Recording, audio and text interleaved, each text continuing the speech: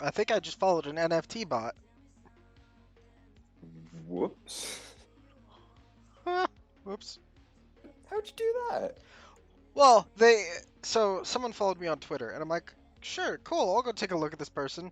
Started scrolling through their feed. They're like, I'm an aspiring artist, and I'm like, so I'm looking, I'm trying to find stuff they're art, and they're, yeah, here's a good example of my art. I'm like, and then I realized that was a retweet from someone else, and I'm just like, oh, without thinking, if that's their art, I dig their art. Follow, because I don't really do follows for follows, because I just find that whole Yeah. concept. Yeah, at this part, I'm just gonna switch to the fucking stream because we're already talking. Yeah. Um, but more or less, I follow people if I'm interested in their shit, not because they follow me, which has pissed off people for some reason. Like, I followed you. Why don't you follow me back? You're a small streamer. You're a small VTuber. What? Because I'm not. I don't do that. If I like your stuff, then I'll follow you. Yeah, that's the whole point. It's. Then again, that is largely a VTuber community thing. That there are a lot of problems in the VTuber community. Yeah, I'd assume. I'm not I'm not too knowledgeable on it, but knowing the fact that it is a community, yeah, there's gonna be issues. Well, I feel like all communities have generally the same issues. It just depends on the certain flavor of issues for each community. well, one of the biggest like air quotes dramas going around right now, a VTuber I'm not super familiar with, but she's fucking massive because I don't really follow large VTubers and again unless I like their content. So I like Neanners, I like Gura. There's a couple of them that I do watch and occasionally check in on, but Yeah. apparently this VTuber got a boyfriend. And people are having fucking meltdowns about it because they're like, "You got a VTuber, you got a boyfriend, but you were supposed to be my girlfriend. I'm unfollowing you, you fucking whore. You took all my money. I want a refund." And it's just like, my dude, did Ow. did you really think that you sending someone a bunch of money that like especially when some of these streams will have like 3 or 4 thousand people, like Yeah. you're not gonna be the one that gets noticed and they're like, oh, this random person in my stream who, says stuff or sends me money, they're gonna be the one that I want to date. Have you watch much of Penguin Zero, Penguin Zero. Charlie Boy? I have not. I've never even heard of him. If you looked him up, you'd probably be like, "Oh, this dude." But he did a song that was basically a couple years ago. He did a song that was basically mocking the super obsessed fans like that. Uh, let's see. I just googled it. You said Charlie Boy, right? His YouTube is Penguin Zero. Oh, I know exactly who the fuck you're talking about. Yes, I've seen that. I'm stupid. It took me a minute because I don't ever. Well, to be fair, I said Penguin Zero, then immediately said Charlie Boy, so that threw you through a loop. Yeah, well, that I don't know him as Penguin Zero. Well, like Yeah, I know that's his YouTube like channel, his but I've always known. yeah, his name is Critical. I should have said Critical. The name wasn't Yeah, coming to my mind. I should have said Critical. yeah, Moist Critical or something like that. And it's just like I do like Charlie's content quite a lot. Yeah, Uh, good stuff. although I've basically spent in between prep time, I've just been listening to Sabaton. God, I love Yeah, Sabaton. I haven't seen much of that stuff. That's actually surprising. Well, then again, I know your kind of music taste, so that shouldn't be surprising. More or less, band that does fucking really, really, really good music. Um, Yeah. but it's like all about historical battles, like stuff from World War II, stuff from ancient Japan. Like they've got a song about the winged hussars. So much just Ah, neat shit. And one of the welcome. I'm gonna fucking butcher that name. Re- Random Celturian. yes. Look, fuck you. You know I'm terrible with names. Uh, uh, you've seen me have strokes in high school trying to pronounce names. Yeah. Um. Yeah, I just looked up Sabaton, and yeah, their stuff looks. It's all like power metal It's ballads. yeah, just on a glance, it's giving me Powerwolf vibes. That's actually a really good comparison. So where Powerwolf is like a lot of Deus Volt stuff, Yeah. Sabaton covers everything from like their newest song just came out, The Unkillable Soldier, and I didn't know much about this guy before I heard about him. Sir, oh God, what was his name? I'm blanking on it. But more or less, Adrian Carton. Um, that was his name. So to put it in perspective, this dude, he wrote a memoir, and at the where he basically he was talking about all these uh like all his experience in the war, right? Yeah. And he's at the end of it all, and it'll make sense, kind of sense after I say it. But he's like, I for one found the war rather enjoyable.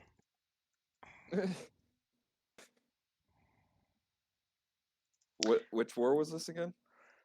This was multiple wars. I'm getting the guy's Wikipedia so I can double check, like make sure all my facts are right while we're just kind of pregame bullshitting. But Yeah. yeah, let's see here.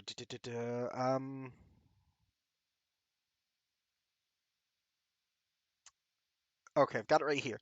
He took part in the Second Boer War, the Great War, aka World War One, the Polish Yeah. Bolshevik War, the Polish-Ukrainian War, the Post-Lithuanian War, and World War Two.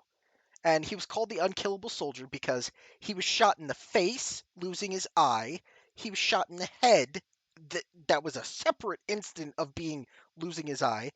He was shot in the stomach, the ankle, the leg, the hip, the ear, blinded in his left eye, survived two plane crashes, tunneled out of a prisoner of war camp, and tore off his own fingers when the doctor refused to amputate them. That's some JoJo Bizarre Adventure bullshit right there. Right? And just like, eh, That isn't Jesus. yeah. Mm. Oh, thank you for the follow, Tristan69. Nice. And again, just in his memoir, he's like, frankly, I had enjoyed the war, and it's just like,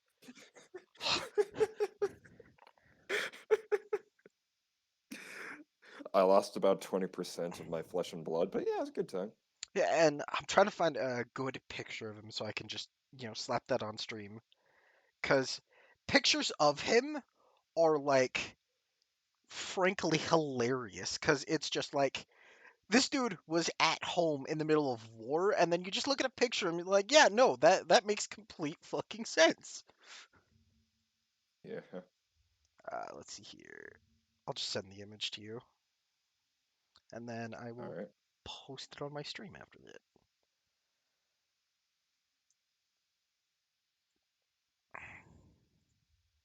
But yes, next time I'll change my name to Joe Anderson Lake Muskrat. I don't want to know why. That sounds okay.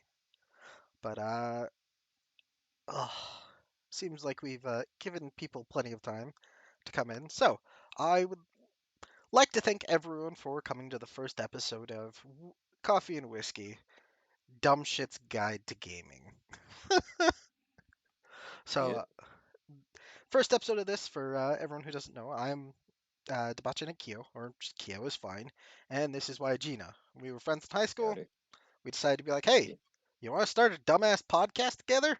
And we said sure. And so, first episode is covering the overall theme of games that are very, very hard to get into, but once you do, my god, they're fucking great. Yes. Uh, thank you, Yurimoto, for the follow. So, Did we want to start with yours, which is Dark Souls, and I believe you wanted to talk a lot about Elden Ring, or did we want to start with mine, which is Final Fantasy 14? Um, just probably start off with yours just so I can get a feeling of how you want this to Eh, sort of go. just really laid back, casual bullshitting. we Yeah, we just spent a little bit talking about a dude from World War One. Um, yeah, oh, so I know you said you haven't played it at all, so I let me give you some preface. Final Fantasy 14 is a critically acclaimed, award-winning, as far as I'm aware, MMO. It's yeah. really, really, really good. It's one of the few games that there's ever been a villain where I've been so irrationally angry at the actions they took. The, the shit I said, you remember the first time I ever played Dark Souls over at your place, right? I was I think so, swearing up a storm. This is bullshit. This game sucks. Blah blah blah. Whole nine yards. yeah. Um, which is weird because now it's one of my favorite series, especially Sekiro. But Yeah, like my anger for that surpassed that. Like surpassed my anger for Dark Souls. I had to step away from my computer and go, "Fuck this! I'm gonna go for a walk." And I just went and took like a 40-minute walk. But that is some prime gamer rage right there.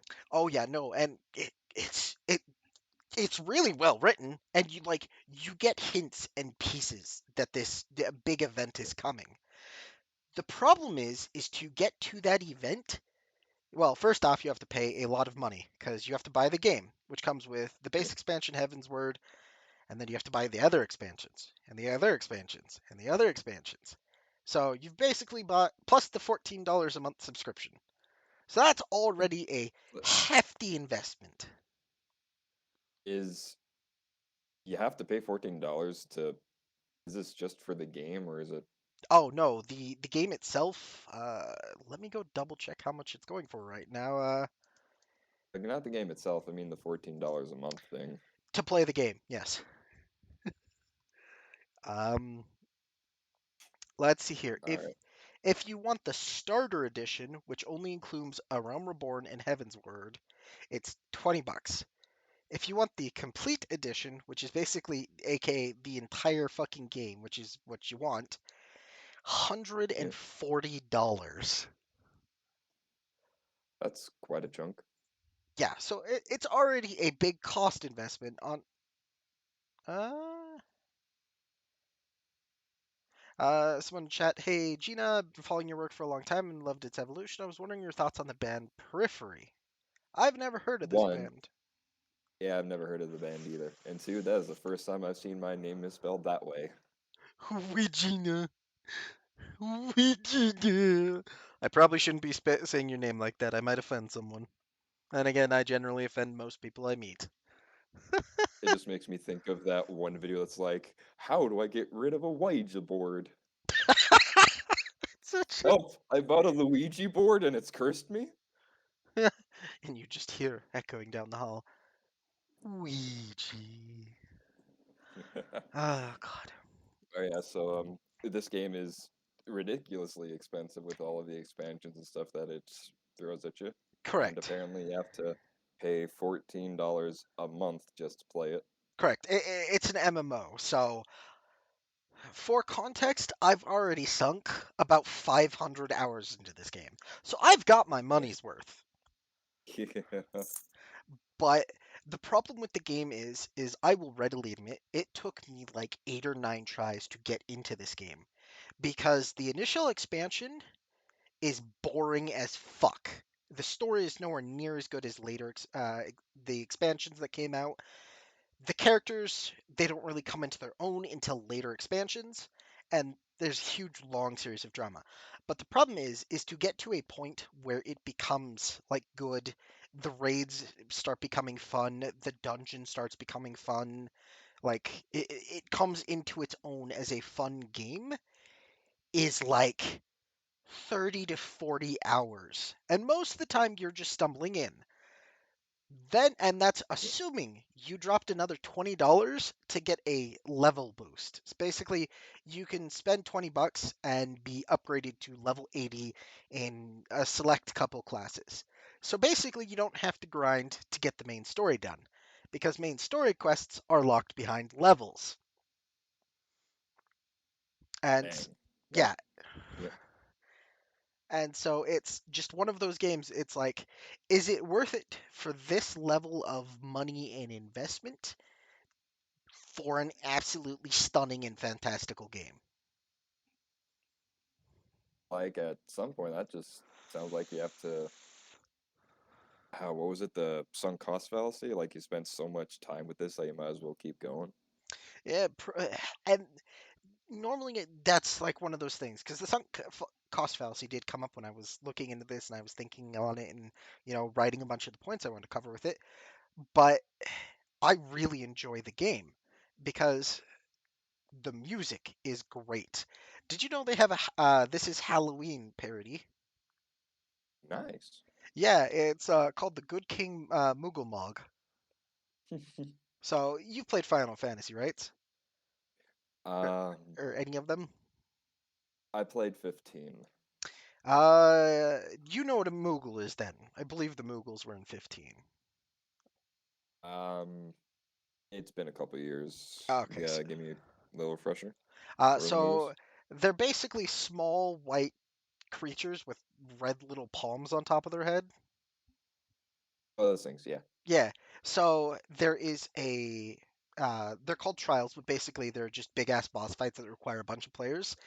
There is one of them where you fight a giant Moogle and his company and like his accompaniment, and through the whole time you're just hearing, you know, "Good King Moogle Good King Moogle," and it's just Halloween Town. And so it's Well then. when you get to stuff like that, it's super fun. But then it just takes so long, which is kind of like Dark Souls. It took me a good 5 or 6 tries to actually get into Yeah. Dark Souls.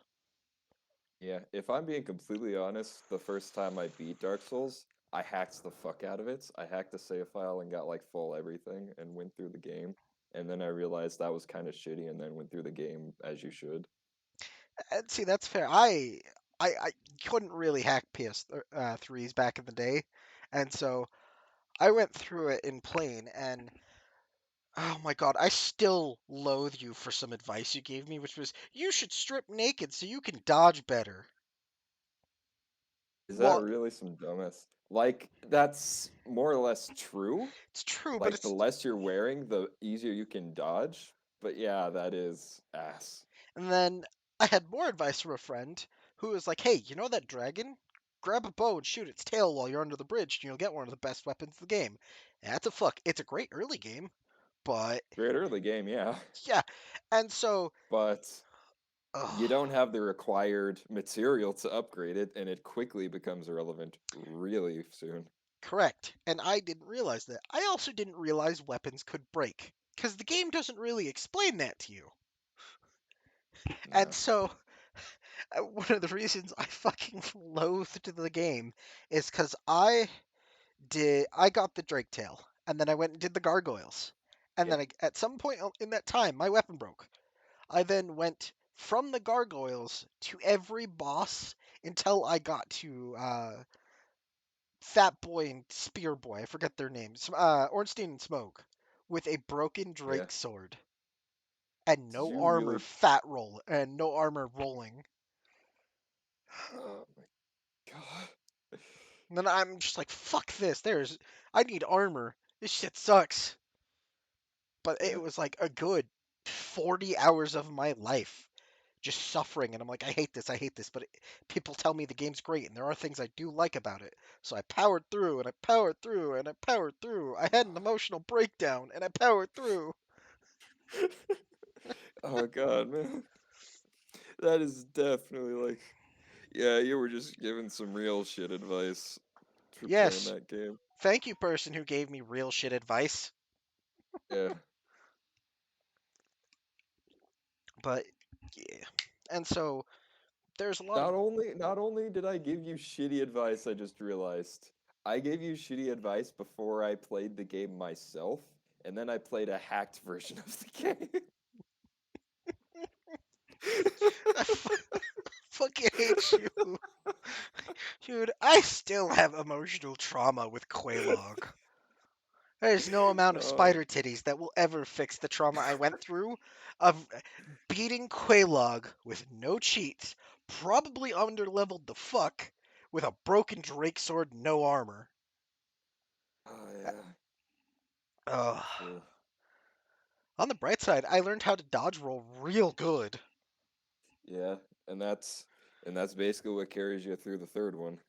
Pretty much, because that's what I do like about the evolution of the games.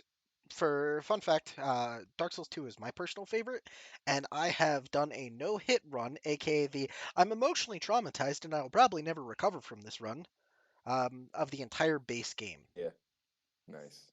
And I will never do it again because Yeah. I thought I knew what masochism was. I thought I hated myself. There is no words to describe the amount of self-hate you have when doing no-hit runs.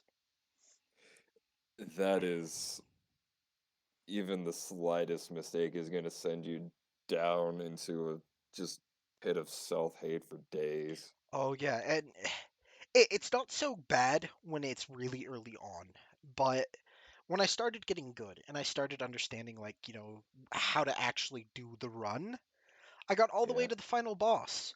And then when she had like a fraction of her HP, she winged me. Literally on the cusp of glory. And I just got punched in the dick and the game said, "Ha ha, back to start." Yeah. I took a several month break after this, mostly because I no longer had a controller.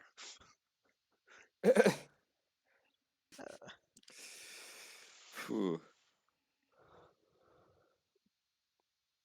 But it's interesting comparisons because Dark Souls is a very hard game to get into, which is funny because the whole media of haha, you know, it's the Dark Souls Yeah. of X. Dark Souls is supposed to be the pinnacle of the hardest games ever, and then it's like once you actually get into them and you have like some Yeah. degree of knowledge, they're not super hard.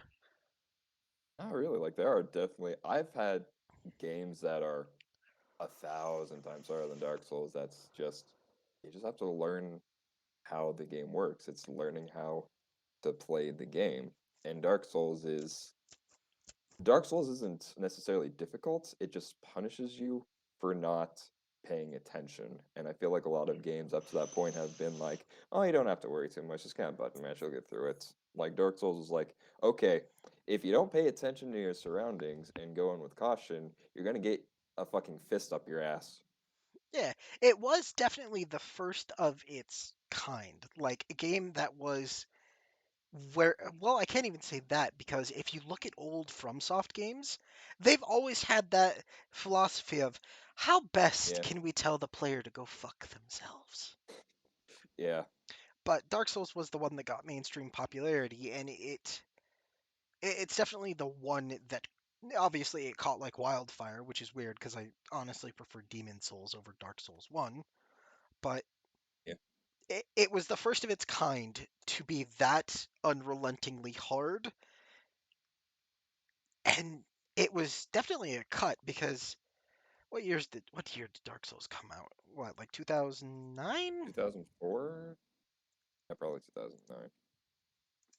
Dark Souls came out in 2011. We're 2011. God, Okay. I feel old. Um, but just looking at like games from just that year, there was Skyrim, Batman Arkham City, Drake's Uncharted, Saints Row the Third, which is one of the best games ever made. Fight Me. L.A. Noire, The Witcher, all, all of these games like held your hand. They weren't difficult. They weren't hard. Um, No, and a lot of them had the set difficulty. So if you're like, hey, I don't like this, I can just set it down. Dark Souls is like, no, fuck you. This is the difficulty. If you don't like it, go fuck yourself. this is the difficulty, and we're gonna keep punching you in the dick till you understand that we hate you. And Yeah. and then became the spiral of gaming journalism. Uh, but it's it's Yeah, in yeah, it's in those beautiful moments where it's like this game is really really good. But the problem is it takes a lot to get into it. yeah, And the whole thing that got me set down this is cuz I was trying to get a fellow friend into Final Fantasy 14. Grow the cult, whole 9 yards. yeah. And he's like, "I'm really not enjoying this." And I'm like, "Yeah, it doesn't get good till like 30, 40 hours in." And he's like, "Okay, but I could just go play an entirely different game if it takes that long." And it occurred to me Yeah. like, that's true. That's almost Dark Souls logic. I could stop hating myself and go play a different game, or I could get into a game that people are like. Joshua Blade says, "WhyGena, who did the voice of Reggie when the cute rat had his debut animation, which I believe was you." Yeah, just straight up me. I paid no one and I should have, and that is a decision that I will regret for the rest of my life. Especially when we know that one of our high school friends fapped to it Yeah, without actually knowing who the animator was or the artist was. And yeah, we were all getting drunk on my 22nd birthday without Gina here, unfortunately, because he was out of town at that point. And yeah. it was hilarious because he's just like, "I have to go now. I can't speak to any of you ever again."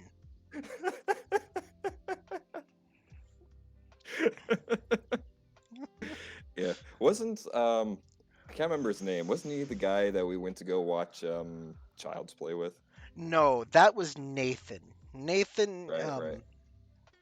no, it was well, I don't think he'll ever show up, nor do I think anyone will ever like actually know who that is, because no one knows who the fuck we are. It was Yeah. Ryan. Ah, Yeah. all right. Which just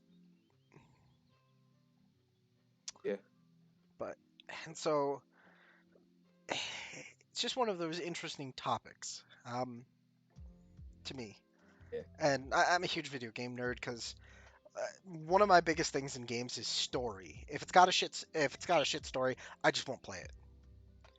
And yeah, to me, it's such a fascinating. Sorry, I'm trying to nerd out, but it's one of those things where the uninterest just forces you to push through, and then you get to points that are so good that it's just like, well, holy fuck me, this is great. Uh, like the only other games that I could ever think that inspired that degree of rage from a story perspective are Final Fantasy Tactics, which is still probably one of my top like 3 games. yeah. Uh, uh, There is I think the game that did that for me was God damn it, Near Automata, Automata, however the fuck Automata, you da, da, pronounce da, that. da. aka Thick Thigh, Yeah, the skirt is pointless. yeah. There was a point about halfway in the game where I literally stood up and yelled "fuck you" at my TV because of the story. And see, that's actually another great game that kind of ties into the sunk cost fallacy. Because, well, don't get me wrong, I love Tubi. She's great, fat bait, whole 9 yards. Yeah, Her story is the least interesting of the 3. And you, uh, yeah, and so it's like you have to play all the way through her story. And it's kind of, the story's kind of boring. The story's kind of a slog. The gameplay you really don't understand, so that's kind of slog. It's but then once you start getting a feel for it, and for me that was like 20, 25 hours in. I played it mm, for academic purposes, not yeah. no reasons, Academic. for academic purposes and nothing else. I played it for a friend. I played it for a friend, but because the story itself was very obvious from the start. I knew from the second they're like, yeah, we get coded transmissions from the moon. I have not VA'd anywhere, Joshua Blade. This is really the only place I've done anything. Although if you can find someone that sounds like me, because I personally think my voice is atrocious, I would actually be really interested to know. Um, but yeah, knew from the start, the twist. The humans are all dead. It's basically androids and robots now. Yeah, But then you start getting into it, and it becomes less a focus on 2B story, and it's more 9S A2, I think it was. It's been a hot while since I played the game, and yeah. it's that's what attracts me to this kind of. I don't even know what to term it. Just games that take so long to get into and start getting good. But once they do, they fucking grip you by the ball. Also, we have someone who is, in fact, a Nier Automata fan just by their name. Yeah. Thank you for the follow, your Alm. Your Alm. I am an Alm. Thinking Um, about games that, if I can talk about a game that takes a while to get into, that's for me, that was 100% Dragon's Dogma, Dark Arisen. that's such a. That was, it took me at least like two or three different playthroughs before I went past like the third mission. Like I there is a lot of good stuff in that game, and it took me so long just to get past the first bit of that game. I'm right there with you because the first time I went through, I'm like, climbing on monsters is a great feature. I love rubbing my face against this ogre's crotch. But then the game's difficulty started kicking in. The game's mechanics didn't really make sense. I'm like, Jesus Christ, No. everything is so fucking expensive. How am I supposed to buy and Yeah. upgrade my gear from myself and my team and the whole nine yards? And then I got abducted by a uh was it the Griffin? Yeah, I'm pretty sure it was the Griffin. Cause when it comes to swoop outside, you're not supposed to grab onto it and go with it. But I was a stubborn asshole, so I got onto its back, stabbing it whole nine yards, and then it took Yeah. off. And I'm like, oh, I can't get off, so I'm just gonna have to wait for it to land. And then it started leaving, and it started leaving, and I'm like, this is a really long landing sequence. Can we go back to the battlefield?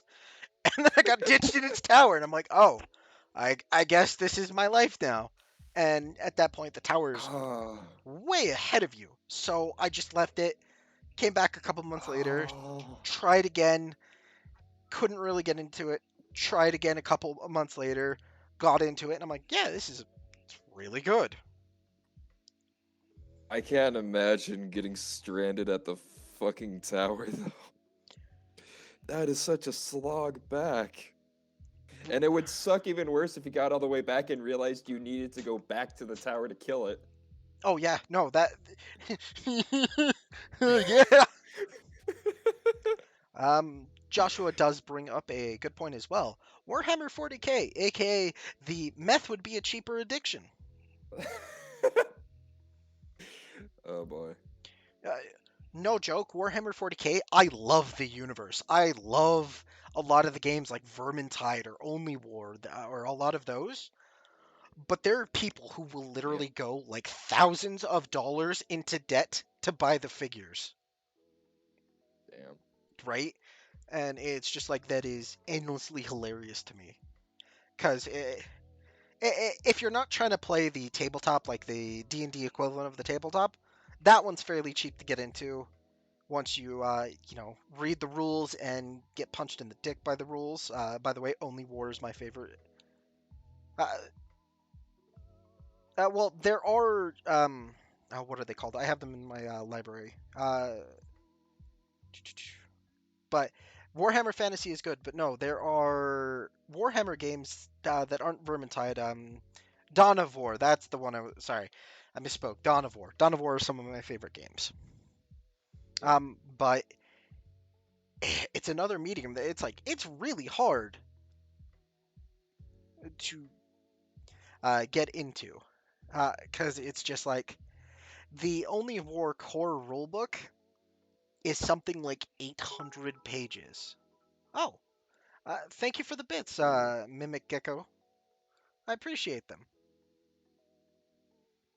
Um, but it's just like I I read the Only War book like 3 or 4 times all the way through, and I'm like, I still don't know what the fuck I'm doing. And mind you, that 800 pages is not a quick read because you have to go back, check chapters, be like, okay, now I'm page 400, and it's referencing something on page like 180. Fuck, I guess I gotta go all the way back. Yeah. I couldn't imagine getting into something that freaking detailed. Like I told someone who plays like 3.5 Dungeons and Dragons that I play D&D 5th edition. He was like, "Oh, you mean baby edition?" Uh, I'm he's, like, "It take me so long just to figure out 5e. Just let me have this." I mean, he's not wrong. Yeah. So, fourth edition was a travesty, right? It's an awful edition. Um, 3.5 in itself, while a lot of people like it, it was like it was broken in a lot of ways. You could very easily, at a low level, kill entire cities of people. Whew.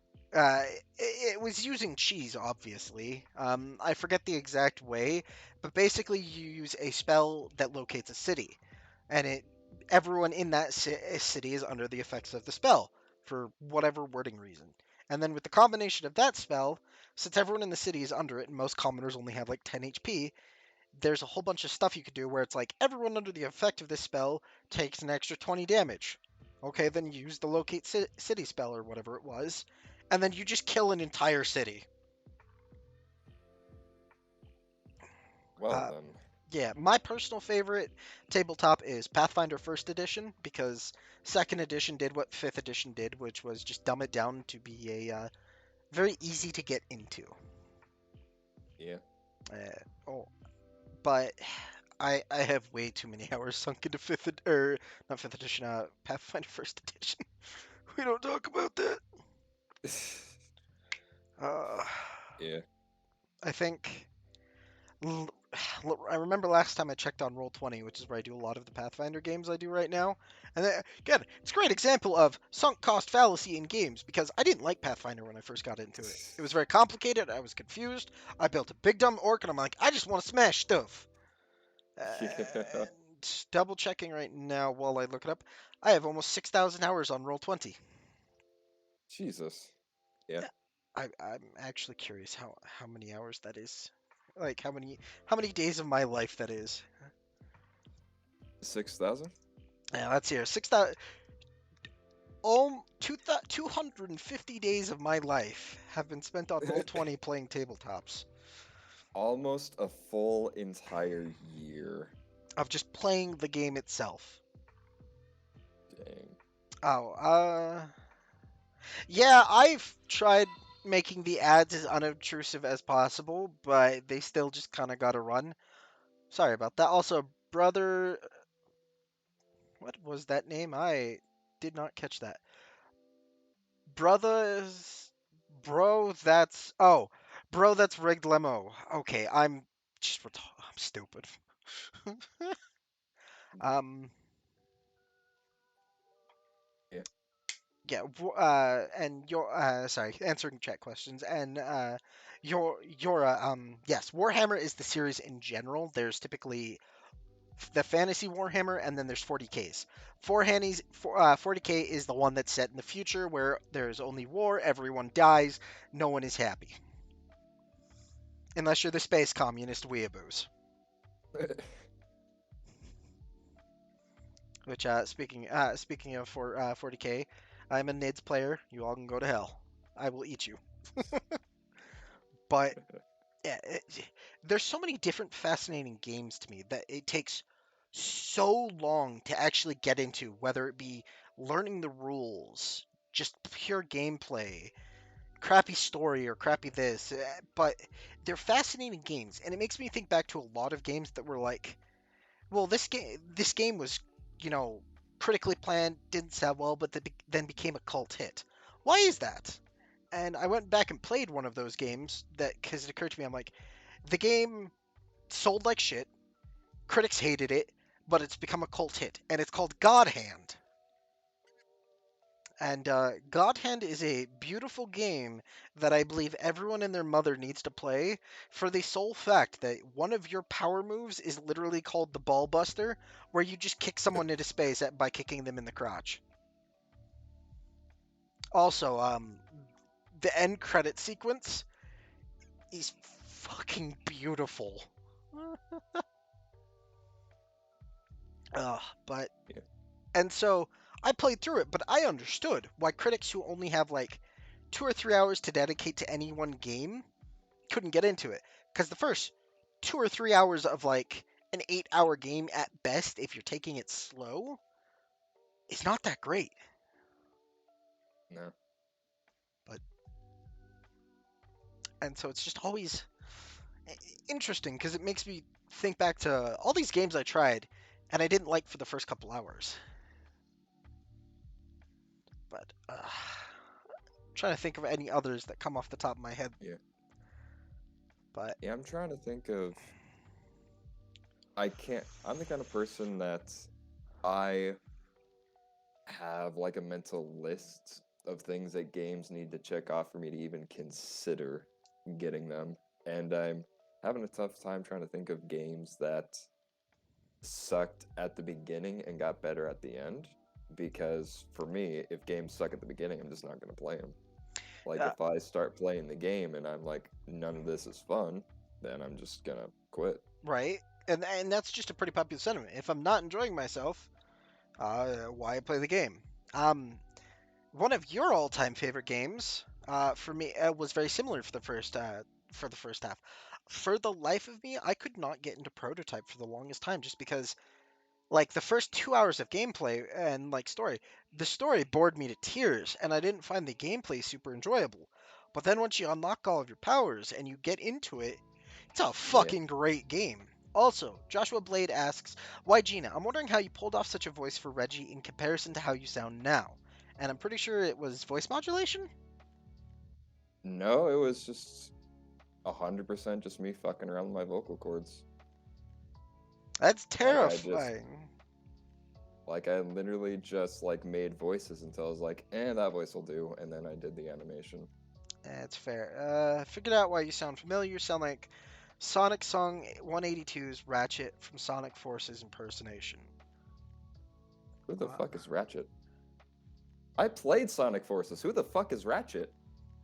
Like um, I beat Sonic Forces. I played all the way through Sonic Forces. Who the fuck is Ratchet? um, was Sonic the Forces one the one where you get to make your own character? Yeah, it was DeviantArt the game. Oh, yeah, no.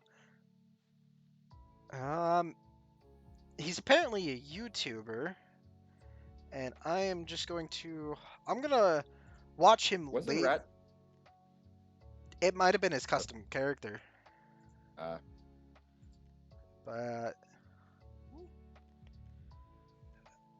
uh, anyways, yeah, Prototype is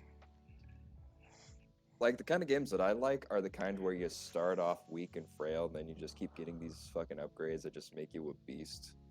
But I do understand how that would make the beginning of the game just kind of sluggish and not very fun. Like you well, have to, you got to get into it, get powerful. For me, it wasn't even the fact that you started weak. For me, the biggest draw to any game is the story. If it doesn't have a good story, I don't care most of the time. Um, yeah, which actually goes into one of my favorite games of all time, which is Valhalla, a cyberpunk bartending action story, which it's such a good story that I don't spoil anytime. I'm not sure why Twitch chat is slow. Let me see if I can't fix that. But while we're talking, but more or less, it's like, uh, fuck, having a total brain fart.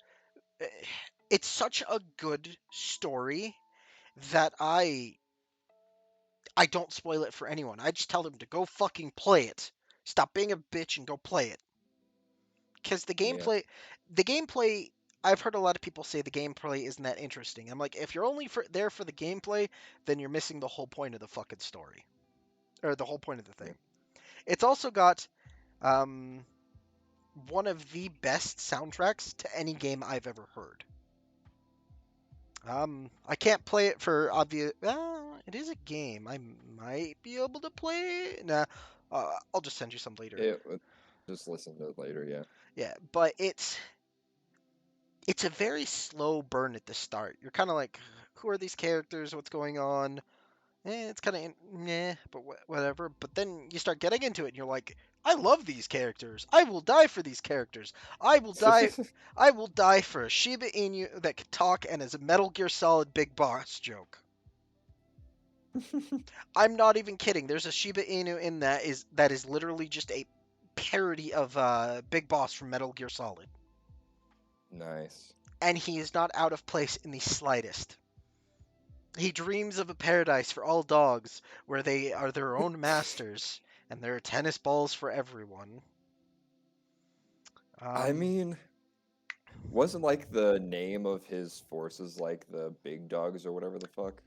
you're Am I thinking, am you're I not thinking, remembering that? you're close. War dogs? It's Metal Gear Solid 5, and it's Diamond Dogs, which is actually a, Diamond dogs. yeah, which is a reference to David Bowie. Oh, Fun David fact: Bowie. Hideo Kojima is a massive David Bowie fanboy. That makes a lot of sense. It makes more sense than it should. Why does that make sense? Because there are a lot of references to David Bowie in his games. A bit, yeah, just a bit. But yes, Shiba Alright. Boss. um, but his original ones were also called Outer Heaven. Metal Gear Solid is another game that fits perfectly into this theme we're talking about of games that take a lot of investment, but once you've invested that prerequisite time, that's it. You've sold your soul. Like Homestuck. Yeah. A lot like Homestuck, yeah. You have I, to, you really have to get through that. I'm not going to heaven or hell. I sold my soul to Hussy. Uh, I to read through that shit, I straight up there is some people on YouTube who I'm pretty sure you know this, but I like saying it anyway. There's these people on YouTube who are doing a dub of all of Homestuck. I don't know how far into it they are. They're at least to like the second half of Act 5 or whatever the fuck. But oh, my favorite thing about all that nonsense was when I started getting into Homestuck, I didn't want to read through it, and I found this dub of it, so I just like downloaded it all onto my phone, and I was just like listening to the dub of Homestuck, and that's how I got through most of it until eventually the dub stopped, so I had to actually start reading the damn thing. But the coolest thing about that dub is they got actual fucking Dante Bosco to voice the Dante Bosco parody character for it. that see that I didn't know. Also, Joshua, in terms of any game from Japan is deep and complex, Dead or Alive Beach Volleyball, which I own for academic reasons. There are two ends of the spectrum. Japanese games are very black and white. There is not much gray in Japanese games. There's either one side or the other, and it's either super deep and complex or boobs. Boobs. There is no in between.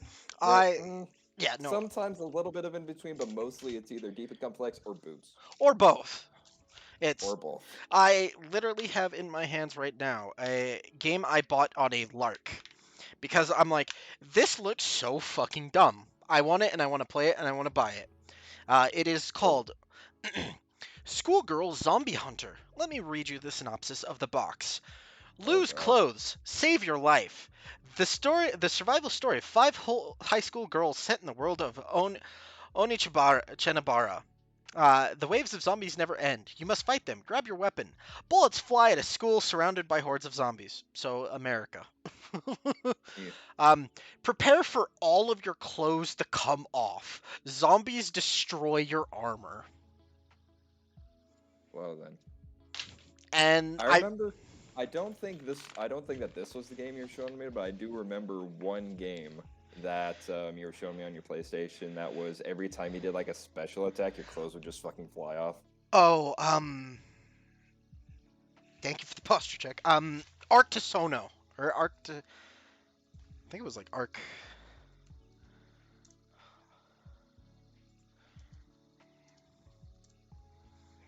Not Arc the Lad. I'll have to find it, but yeah, no, that was a weird game that became one of my favorites, and not because you basically had to strip your female companions to unlock their ultimates. One of which was literally just turning all the enemies into cake. Hmm. Yeah, Well then, I I will. also reminds me of fuck, what game was it? Akira Strip, where you're like Oh, fighting against vampires, and the way that you beat the vampires is by stripping off their clothes so that there's oh, skin has more sun contact or some shit. Yeah, Akiba Strip, undead and undressed. Yeah. I I have invested a hefty amount of hours to that. No. No, that's not the title. It's not Akiba's Strip. It's Akiba's Trip. It's just very condensed and looks not what it is. Hey, I will forever and for always call it Occupus Strip, which Yeah. is interesting because did you know the game has a sequel? It does have a sequel, yeah. I did see it around. I It, can't remember. it's garbage. I did look and be like, well, this looks like a downgrade from the previous one. Yeah, they took all the fun and interesting mechanics, the funny, well, they kind of kept the funny story, but it's a lot less interesting, and they just made it a generic dungeon crawler, which Yeah. gives me fucking White Knight Chronicles syndrome. Great first game, shitty follow up that killed the franchise. Yeah. There's another game that, holy shit, to get into it, it takes so long, but it's a good game because it gives you a giant robot in medieval And times. ending game with giant robots is plus. This is fact.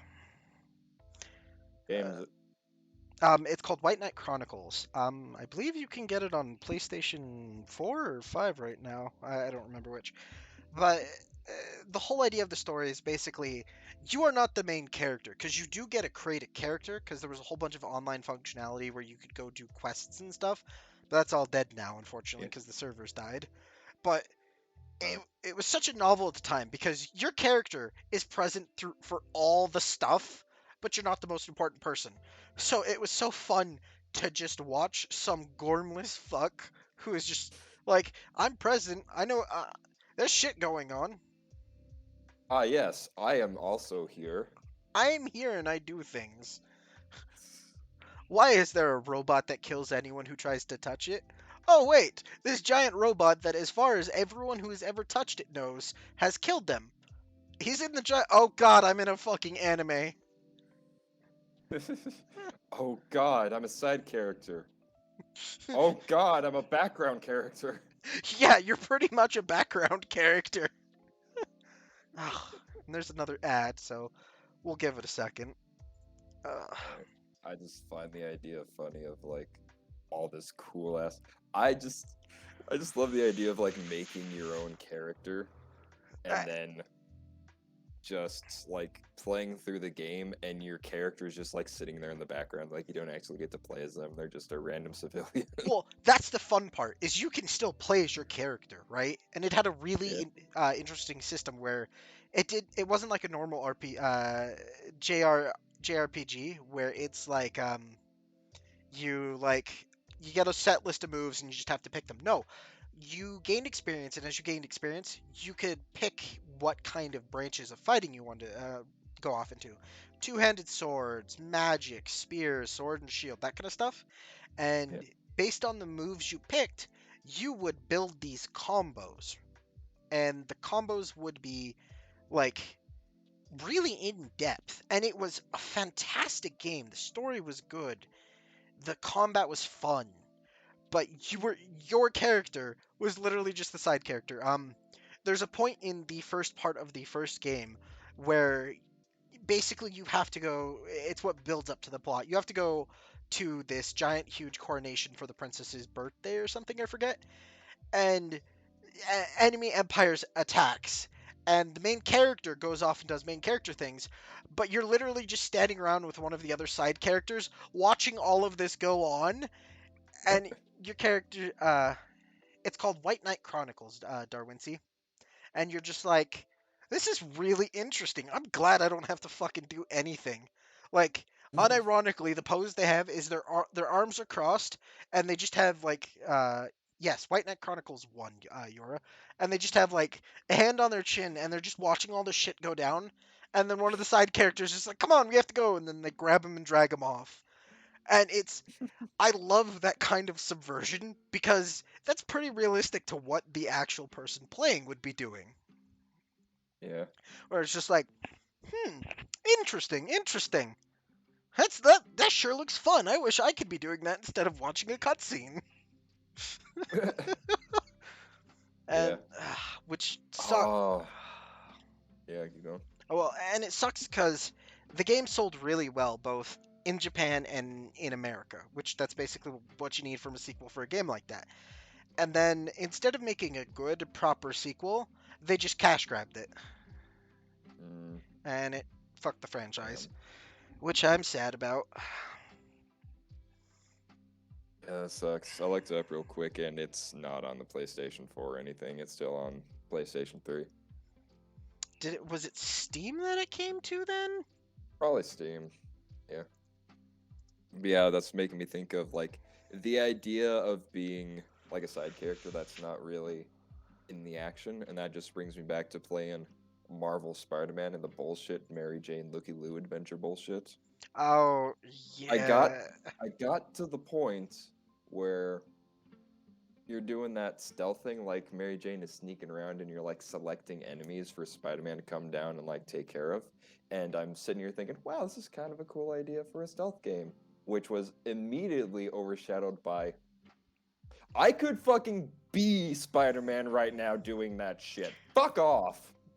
When I played through those sections, I literally just wanted Spider-Man to web down, look at Mary Jane, slap her, and say, I am a superhero. You are a human with a taser. Fuck off and let me do my job. Go cook me dinner. I'll see you home at like 11. Yeah, it was just fucking bullshit. Yeah. Like, at least the Miles one was mildly interesting with like the hacking thing going on, but Mary Jane could have been fully fucking like if they I'm gonna be fucking pissed if they bring back anything close to that for the sequel. Forced stealth sections in games. I will say, I am so glad Miles Morales is gaining so much traction because he is I my favorite. love Miles. So, before Enter the Spider Verse came out, I was always a huge comic book nerd, and Miles was Yeah. always my favorite Spider Man. And so then he got his own movie, and I was like, yo! Then he got his own game, and I was like, yo! And And then he's gonna be most likely gonna be in the sequel of the big Marvel Spider-Man game. I hope so. God, I hope so. Like if you could like switch I really hope that you could switch between them whenever the fuck you want and it's not like mission based. Also, Probably J- will be. Joshua Blade is asking about your mental health. He says, "WhyGena, please tell me that you're taking care of yourself as of late. Your recent posts on Twitter have implied needless self-deprecation or self-demeaning things, and it's worrying." No, that's just him. That's just me, yeah. Like to be honest, I've been doing much better than I usually have been. Like I've been going to the gym, I've been eating better. Like I'm doing 1,000% better than I have been the last couple of years. Like Dude, I'm doing much better than I have been. I remember when I was sleeping over at your place, and Yeah, I woke up one day, went upstairs to go have breakfast with you and shit in the morning, and you were just bald. You went from having like a whole ass head of hair, pretty like decently long, to just bald. yeah. I'm, I'm just like, Like I straight up like grow my hair down to my shoulders, and I'm like, no, I don't like this, and then I just straight up buzz cut my hair. Like I have no in between. Like I don't have a style that I like. It's either growing out or gone. There is no in between. sadly enough, I have been keeping my own hair rather tame and short, which Yeah, as is a fairly weird thing for me considering most of my life I've usually had it quite long. yeah. Although my beard is still glorious. You may touch it once. I'm still waiting for my beard to fully grow in. Like my mustache still hasn't quite connected to my beard. Like Oh, there's still a bit of scraggle between my mustache and beard, but it hasn't like fully connected yet. you have a pedo stash beard combo. And Eh, like the side of the mustache like grows down to the beard, so it's not like the flat ended. oh, okay, so it's not that bad. Nah. Uh, try actually, my younger brother who just joined the chat reminds me of another game that kind of fits in our theme of takes so fucking long to get into, but once you do, it's really good. Red Dead Redemption 2. And That was an interesting one, yeah. I love that Rockstar put so much time and development and all that interesting stuff into it. And one of the things they added was your horse's testicles will shrink in cold weather. Yeah. Something And that I could. do agree that, yeah, something I could have probably not been, didn't really need for the game to feel authentic, but yeah. Hey, look, my VTuber beard is rugged. It's not scruffy. I will fight you, Josh. But yeah, Red Dead 2 was definitely it's it's basically like watching probably about 2 seasons of a show is how long it takes to get through that. If you just like laser focus and just try to get through the main game, like I did mostly main game and a bit of side stuff, and that game took me 60 goddamn hours. That's like 3 seasons of a show. That's like 3 seasons of a western right there. Yeah, pretty much. Although I can't really say game. Oh God, uh, Persona is another one of those series that takes so much time to get into and get built up, and then they're just great. Like Persona 5, Persona 3, Persona 4. I think, almost 400 hours in Persona 5, well over 600 hours in Persona 4, and about 300 hours in Persona 3. And I will never forgive Persona 4 because I had it on the PS3, and then Yeah. right as I was at the final boss, the hidden boss, um, and then it got an update from Atlas Corp, and the Yeah. update unintentionally bricked my fucking save. So literally at the final hidden boss for the good ending, and it's just like, congratulations, asshole! You've just spent almost 100 hours playing this game, doing all of the things you're supposed to get the best ending. Now do it all over again. Oh, I would be so pissed. Oh, I was so angry. I set the game down for like 2 years after that. Because, don't get That me wrong, sounds like a reasonable time. yeah, don't get me wrong, it's a great game. It's definitely worth a play. It's just like, I feel my life is gone. Same reason I quit Yeah. Skyrim for the longest time because, do you remember Nick? I don't actually know if you ever met Nick. I think I remember Nick. Yeah, so I let Nick play Skyrim, who had never played Skyrim up to that point. Yeah. And I had a level, I think it was like 68 character on my PS3 that I was basically near 100% of the game, and I had just a couple more quests here and there to do, and he saved over it. Oh, I would have punched him. See, that's the problem. Is I've done that to a friend of mine, Taryn, by accident, and so I can't be mad at him because I'm like, I've done this to Oh, someone else. I can't. I can't be mad at him. I can't be angry. phew. Jesus. Yeah. Ugh. Um, shit, what was I gonna say? Something about games. No shit, we're talking about games. Yeah. Something about Red Dead 4, Red Dead 2, I think. Um, but yeah, Well, just sort of the idea of the games that are super long that, like, I think they account for the sunk cost fallacy because most of the way through the game, you start to realize that you've basically played all the game has to offer. All that's left is like finishing the story. Like all the rest of the gameplay nonsense is basically the same up to that point, and there's not going to be much change. pretty Like you're just going to much. be doing this. Like at some points, I think it's literally when they board the ship and go to fuck wherever the hell they go, the separated section off from the main map for a mission or two, and then they come back.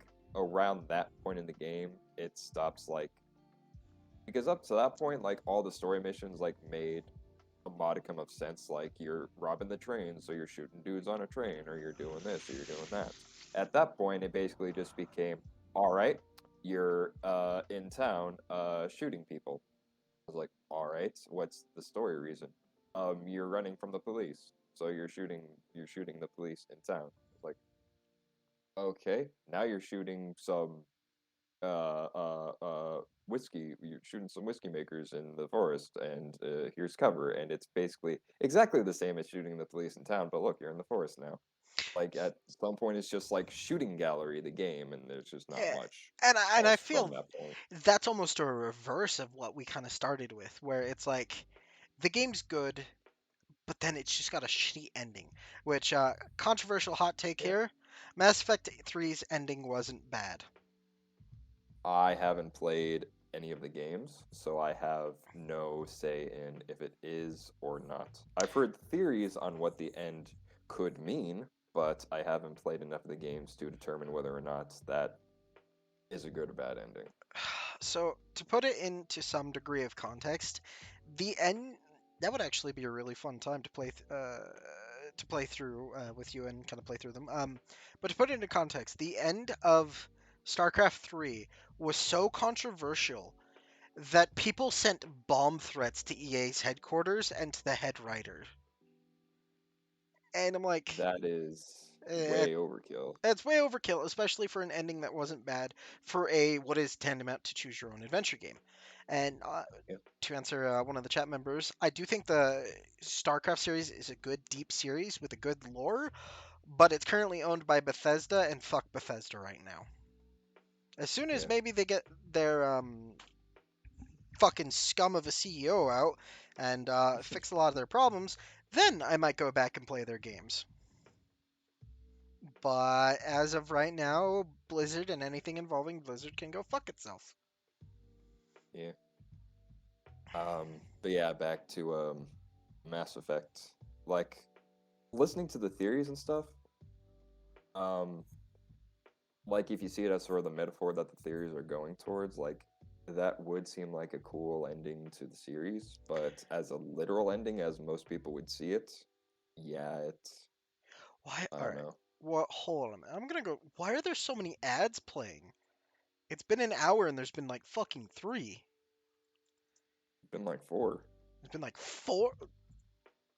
There should Yeah, the be. ads are there's like ads like every 12, 15 minutes. Why are the ads fucking running rampant? There should be one like every hour. Give me a second. Let's see here. Settings. Content. Stream. No. Uh, Community? No. Insights? No. Uh, that shows you how often I go look at this stuff that I'm not even 100% sure where to find that stuff. Because I'm wondering if either it got reset or whatever, or if it just didn't save. Uh, oh, okay. Affiliate, ads manager.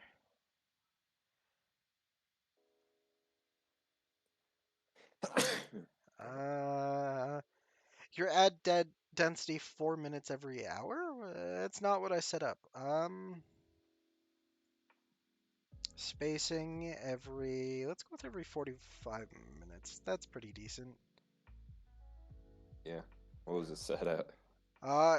It was apparently set at every 15 minutes, and that's not at all what I wanted from it. But what the fuck ever. So, yeah, no, there should now be only roughly 1 minute, 1 minute ad per hour. All right, perfect. Okay. So shit, where were we? I Mass Effect, bomb threats, story endings. yeah, the Mass Effect story ending. So, I for one love the Mass Effect series. It is one of my favorite series of all times. I thought Andromeda was a good game, which is another really, really fucking hot take. Because a lot of people hated Andromeda, but so you had a story, a choose your own adventure based story, and a whole lot of things, and a lot of people didn't like it because it boiled down to what is basically you got four choices, one of which was hidden. but each Yeah, choice affected the galaxy in a different way. And to a point, I kind of understand why people are angry because the end goal of the series for the whole time was destroy the Reapers. Um, but through various, I will see what I can do about the chat being slow. But more or less, it boiled down to three choices that were color coded, and so I do get why people were mad about it. But it's just like, guys, chill the fuck out. Like, calm down.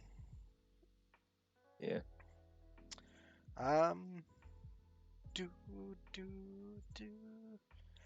Uh, but yeah, but uh, rolling around to games that take a while to get into. The ones that one of the reasons why I think Dark Souls is a good series is A, when you're first getting into it, yeah, it's utter and complete pain. Like when you're not used to Dark Souls games, they are just a pain and a half to get through. But I am the type of person where if the story of a game is 100% unintelligible garbage, but the game is fun, I mean, the skip button exists. in the Like if there is a good story, if there is a good story that is 100% a plus, if the story is good, that's a plus to a game. But if the story sucks ass, but the gameplay is fun as hell, then I can forgive the story because I can just skip through the story. until you can't. Another one of my favorite Yeah, until the games. ones you can't. Yeah, it actually recently just got a PC re-release, and I do want to play it on stream at some point. But there was an old Xbox game called Stubbs the Zombie, and Yeah. uh, wickedly fun game. The problem is it's uh, the tutorial and intro to the game is so bad and so slow and so shitty that they even put an achievement in the Steam re-release called "That Didn't Age Well." Description of it: complete the painfully slow forced tutorial. Ah, jeez. Uh, Yeah, like that's another reason why I like the Dark Souls games. Basically no tutorial. Like there is like the beginning area that you start in and like the bosses and enemies in there that like here's your weapons, here's how you play, here's a boss that'll shove its fucking giant club up your ass. But in general with Dark Souls, like the one thing that I hate more than anything when replaying a game is realizing that I have to slog through a 2 hour tutorial. But with Dark Souls, you could get halfway through the game in 2 hours if you're just replaying it. Pretty much, which is definitely a strength of the game. I think it's again, it's one of those games that because of how little it explains to you, it's great for players who know what the fuck they're doing. Yeah, But that comes at the cost of, hey, this game is really fucking hard to get into. Which that was admittedly one of the things that also stopped me from getting into the game is just smug assholes like being like, "Oh, you didn't like oh, you'll just have to find out. Oh, you didn't know about the fucking ring behind a fog wall in the middle of a fucking lake that is so far out of your path that it's so unlikely that you could have ever found it on your first playthrough." And it's just like these smug yeah. shit-eating people. I'm just like, fuck it, the game's not worth it if that's what I become. Yeah, there is. Dark Souls is definitely a game that it doesn't explain shit to you. It doesn't explain, like, it tells you how to swing your weapon. Other than that, you don't really get jack shit. It Yeah, doesn't really tell you anything. You have to figure out everything about this world your damn self. pretty much. It tells you the basics: how to swing sword, how to block, how to dodge roll, and then it's like, haha, Yeah. you've learned the basics. You know how to swing your sword. You can kind of move out of the way. Boss time, get fucked, die. Yeah. And And then then it basically is like, here's this big ass world that's interconnected with no map, no map, fuck you, and you B, have to figure out how to get through this your entire self. And going through that, not knowing where the fuck to go, not knowing where the fuck to go, what to do next, what the next mission step is, you're just fucking floundering because you have no idea what the fuck's going on. first place I went through was the graveyard. I went through, I think, yeah. yeah, because I'm like, well, uh, there's that one way with all the undead, and then there's skeletons. Skeletons are starter level enemies. I'll go that way. Fought my way through the graveyard. I'm like, No. oh, they're not fucking dying.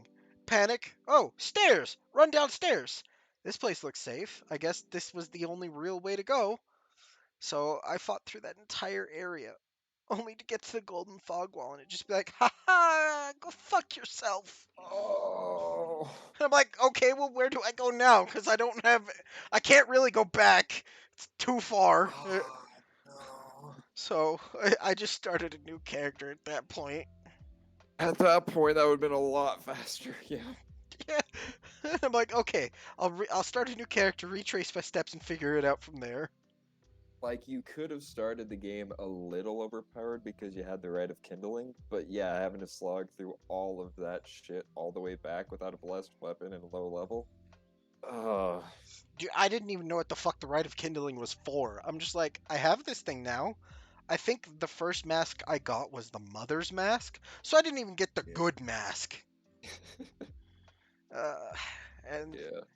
uh, after that, I left that game for a good long while because I'm just like, this is so hard that it's not fun, and the story is kind of non-existent because obviously you can't really get into the story, and I'm just like, this game You fucking can't get in the sucks. story if there's no story.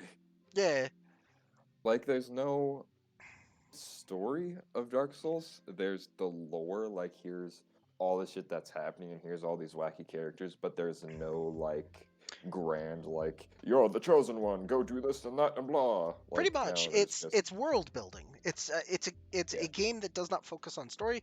It focuses on world building, which is one of the reasons I've come to love it. Although I Yeah. will have to say, out of all of the Souls like so far, either Bloodborne or Sekiro are my favorite.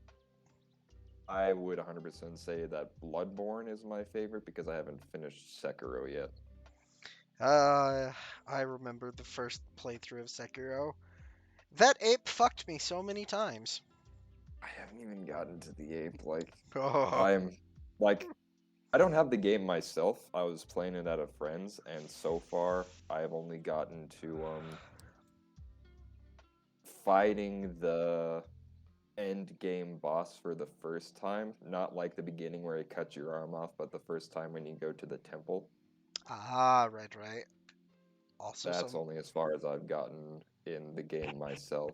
But Bloodborne, I've beaten and gotten through the DLC, and that shit is fun. And it brought up a point which thank you for the pisses hydrate. me off. It pisses me off because the dragon from Dark Souls 3, the fucking anorexic goat, is something that still pisses me off to this day because Gonna. you have the first one. Yeah. You have the first Dark Souls. You have this badass dragon form, and not Se- only do you have the badass dragon form, you have also like the parasite head. Like you get a parasite, and you have this new growth on your head that has a new attack to it. Like you have these weird transformations that you get in the game. Second one, you get like badass dragon armor, not necessarily a dragon, but like a badass transformation dragon Yeah, armor you turn into nonsense. gold one, and then the third one, it's just. It's not only that, like the transformation is weak. The items that comes with the transformation are weak. And if you look at Bloodborne, the game that came before Dark Souls 3, you have two separate full transformations that 100% change the way your character moves, looks, and the weapons that they use completely change the way that the weapons are their move sets. Like you have the beast form and the cauliflower head form, where your weapons will literally transform and merge into your body and give you a brand new move set. Where the fuck was that in Dark Souls 3? I would have loved some shit like that. Same here. Also, Joshua brought up Star Wars Fallen Order. I beat Star Wars Fallen Order, but I do not like the game because it tried to be Dark Souls with, its kind of difficulty, its general play style. But the thing it didn't learn from Dark Souls is relatively fast paced. Like Yeah. it's still methodical at points, especially boss fights. But what I found myself doing most of the time in the Fallen Order was I would walk into a room with my guard up. I would get slapped by three things, and since, the way the block works, it's just block all of them, and then just kind of slowly waddle my way area to area. And Yeah, I was playing on the. It's also so forgiving, even on the highest difficulty. I played on the Grandmaster difficulty, I think is what it's called, and I like a good meaty challenge. I want a boss fight to beat my ass a couple times before I really start learning how to fight it. yeah, I never felt that with Fallen Order. yeah. Like, It is. don't I get me don't know the wrong, it's a word. good Yeah, Star Wars game, and I do enjoy Star Wars. Like, aside from the fact that oh, the Black Knight lady, I forget her name. Basically the Jedi that quit being a Jedi. I don't know who they did, because I know she's based on a real person, the voice actress. yeah. She is a terrible character model. It looks like her eyes are trying to escape her face. Ugh, yeah, I wish that was a joke too. yeah. Like, yeah, it's some games just kind of struggle with just kind of slogging through it. Like with Dark Souls, you just go forward. Like things are always happening as long as you're moving forward. But then there's games that are just like, we want the story. We want you to like slow down and look at the locales. Like if you want us to slow down and look at the locale, make it interesting to fucking look at. So we do just stop and look at it. If not, don't make us slow down. Like that's what I like about Dark Souls is it never forces you to slow down. You can always be going at 100 miles per hour if you want to. If you want to stop and look at the locale because there are some great looking places, you can do that whenever the fuck you want. But it's never going to slow you down to do it. Correct. Oh, another game that fits like perfectly into the overall theme of what we've been talking about. You have to invest a bunch of time before it actually gets any good. The Yeah, Long Dark, which is one of my go-to. I play this to relax. I play this to unwind. It If you don't play the story mode, because the story mode holds your hand. The story mode is actually pretty easy, even if you're playing uh, yeah, until you get to some of the later chapters. But when the game first dropped, because I bought it when it first came out, because I'm like, winter setting, survival, realism, sign me right the fuck up. The yeah, game will beat the shit out of you with absolutely no hesitation if you're playing on like normal or above. And yeah, it's such a good game, but it's just like, hey, you have to spend like 20 hours before you act. It's either look up a bunch of guides, do a fuck ton of reading, or just get your ass repeatedly handed to you. Or in my personal favorite case, get have a moose break your fucking ribs. I wish that was yeah. a joke. Uh, That is sounds interesting. I did see some stuff on it, like seemed like something that a lot of streamers were doing recently. oh, Playing the Long Dark. it's making a resurgence because I think a new content patch just dropped. There's a new area that I have, or no, the new area is the Black Reach Prison. Uh, it, it's a good game. Also, there's another ad. I thought I fixed this. I might wait till this ad is done, let them know that I'm just gonna reset the thing, and see if the new ad timer kicks in. Oh yeah, because we're still in the same stream. That's probably why you didn't do the thing. Yeah, and then we'll.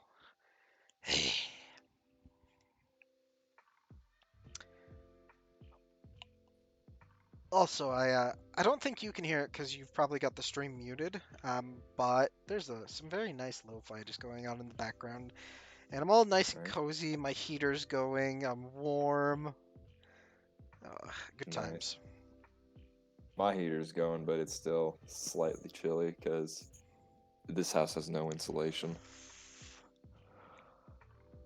So, how much is your cock shrunk? All right. I think the ad should be over by now. For everyone watching who is now has the ads done. Okay, so Yohara hasn't seen the mentioned ad, so I guess it's working. I'm not sure. Joshua, if you can hear us, try resetting your stream. Try refreshing the channel. You might get another ad though, so that might not be an optimal idea. I don't know. Um, what are some other games that fit into this that I? Well, the Metal Gear series is one of the games that I feel fit into it, because Yeah, I know that playing through the fifth one, like I'm excited to get into like besides Revengeance, which I'm not counting. This was my first Metal Gear game was getting into 5, and that was definitely like I had to sit through a lot. Like it wasn't just like getting through the story at the beginning, getting through the tutorial, like there was so much just fucking waiting around, just waiting for stuff to happen. And once you actually get into the game, it's just a lot of getting from point A to point B kind of slowly. And as time went on, I was like, yeah, you're getting more gear, you're upgrading everything, it's getting a little bit easier. Here's a helicopter you get. Like, it does get better as it goes on, but it at some point, I just couldn't really do it anymore. and see what's interesting to me is for someone who the fifth Metal Gear is probably one of my favorites. You're almost missing the point because you really don't want to go from point A to point B. What makes the game so much fun, especially for me, is the sandbox. Tormenting poor innocent fucking soldiers. One of my favorite things to do in the game is decoys. It helps that because I play on PC, I can mod it so I don't have wait times for my research. So as soon as I get the funds, I can just get the item. But like coming up with all of these creative solutions to just fucking torment these poor soldiers. One of my personal favorite ways to take out helicopters is after I've learned the helicopters like rotation path and figured it out, whole 9 yards, stuff like that. I will knock out a soldier, drag him over there, wake him up with a squirt gun, hold him up, stick C4 to his ass, and then wait for the helicopter path. As it's passing, I'll Fulton extract him and use him to suicide bomb the helicopter. Is that Mm. suicide bombing at that point? I feel like that's just a. I feel like It that's is. It is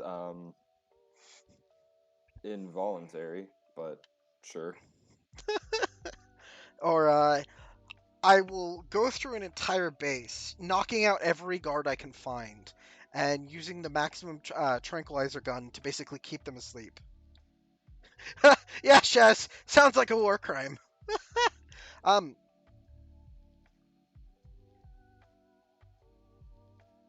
uh, Joshua would like to know if we can hear the. No, No, no. no, that's fair. But yeah, I'm never doing anything close to that voice for the rest of my life. In fact, my voice is going to progressively get deeper and deeper as my life goes on, just in spite of that voice. um, Shaz, would you like to join us, or are you busy?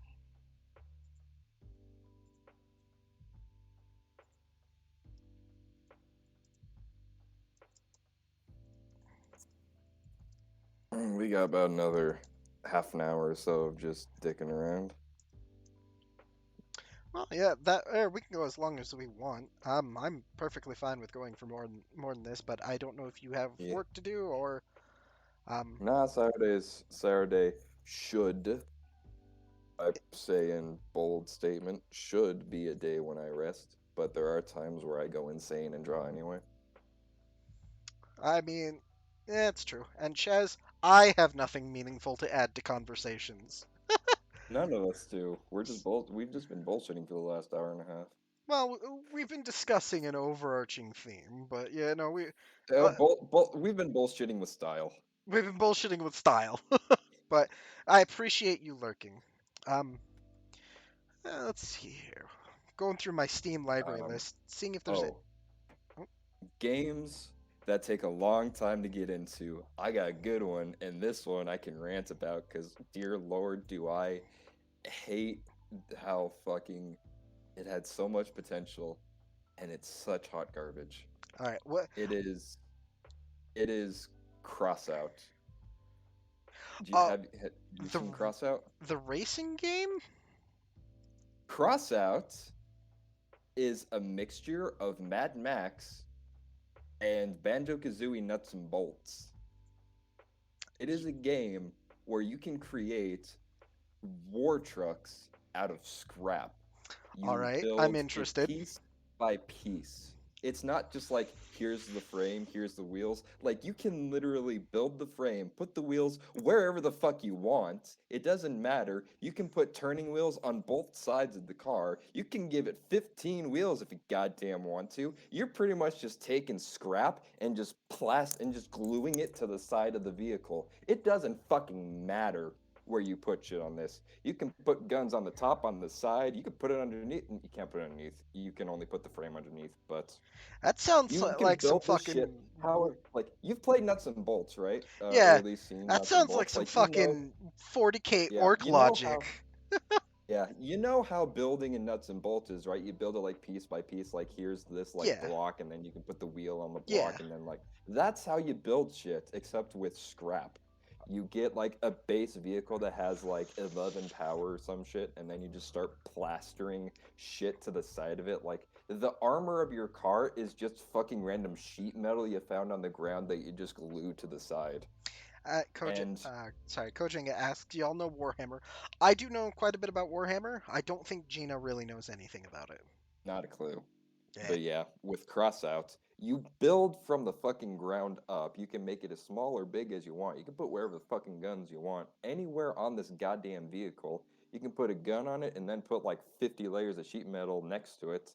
Like you can literally make whatever the fuck you want. And it But has all this crazy shit. Like it's not just wheels. There's features that make it a fucking hover car. There are crab legs. There are tank fucking wheels. okay, that It's answers my whatever the question. I was fuck gonna you ask if want. you could make a giant enemy crab. You 100% can make a giant enemy crab. You can definitely make a giant enemy spider, but the thing that sucks about this game, It's the pay to thing win, that isn't it? sucks, it's a pay to win. It's a free pay to win shitty ass game to the point where if you want pieces, you either need to grind for literal weeks just to get a decent gun, or you have to pay for their in-game currency, which let me get to that in a second. You have to pay for their in-game currency to get proper stuff, to get proper pieces for your stuff. And here's the way that you buy shit, because the currency is not like an in-game thing that makes sense. There is a stock market thing. If you want pieces, you have to buy it from other players. You have to wait for players to be selling those pieces themselves, and then you have to buy it according to some dumbass fucking supply and demand algorithm that depends on how much those things cost. That sounds like It is absolute. hot trash. That's This game could have been so fucking good. If this game came out at like $60 and took out all of the fucking pay to win nonsense, made the stuff easier to get, it would have been fucking fantastic. If it didn't take months to grind this shit out, this game would be so fucking good. But they didn't, and it's ass. oh, see, it's games like that they have so much potential, and then it's just like the company is like, fuck it, we want money. Players can go be damned. That's what. There's a game that I that would love Sorry, go like on. I would love if someone took this concept of like building cars from the ground up in like the Banjo-Kazooie nuts and bolts style and made like a car PG sort of game where it's just like I would have loved it if they took the Mad Max video game and gave the car system that level of customization. That would have been fucking amazing if you could make these insane fucking car models and still have like the PvP section, still have a place where you can go out and fucking shoot other people, but still have like a nice campaign where you can build these fucking insane monstrosities out of fucking random ass parts. See, and I feel like with a game with that much depth and story, you wouldn't even really need like a story. You could totally just make it fucking PvP and it would still be good. But there's another game. I'm fucking desperately trying to remember what it was called. It was, but it was a lot of fun because it was a based third person shooter, right? And I think it was Yeah. done by like Nexon. It was a lot of fun because the movement felt good. It was honestly one of the first games that got me into games like Titanfall, where just uh the the movement felt so right, the shooting felt so right, and I cannot for the life of me fucking remember what this game's name was. But I want to say Blink, but I don't think that's right. it's not Blink. It was made. The parent company was Nexon. Um, oh, what the fuck was it called? It's been so long. But the thing that killed the game, right, is all the weapons, unless you dropped like $20 per weapon, were on timers. Jesus. So no, not Warframe. So like if you wanted like one of the knives that made backstabbing really effectively, so it rewarded you for getting mobility to like get to people's behind and stab them in the back. To buy it for 3 days was $5. And then after that 3 days, the weapon was no longer in your inventory. That is 1,000. How how do you what? Well, because so what they were doing is they were basically making it so, oh, you really like this weapon? Pay us $20 to make it a permanent item in your inventory. Or the air because it was free to play, and so the justification is, oh, you can technically earn it. And all of the weapons were so much fucking fun too. Um, Yeah. but you could do the same thing where you could get the weapons on a timer with in-game currency. The problem is to get that in-game currency for like to get one weapon enough for like 3 days was like 20 or 30 matches. And matches would typically be like 5 to 10 minutes long. Huh. That sounds like ass. Yeah, I'm currently looking it up because, oh fuck, what?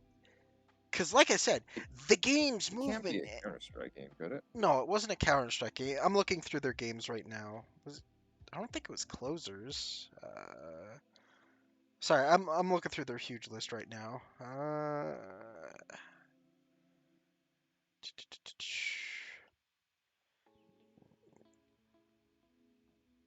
What the fuck was this? This is gonna bother me for hours now. Was it Yeah. Nexon that made it? No, it wasn't. It might not have been Nexon. What the fuck was this game? No, it wasn't Sudden Attack. Well, uh, God, one of the game modes, which was my favorite game mode, was kind of like Juggernaut from a lot of military shooters, where one player was slow, but they could basically one hit you. And so it was either you keep away from them or you use the mobility mechanics to basically kill them quick, to dash in and out of their reach and kill them. Yeah. Or there was like a fucking football mini game where the floor was destructible. So you could like, oh, you see them going for your goal, you shoot out the floor from under them. And it was such a beautiful game that was just destroyed by the monetization. Yeah.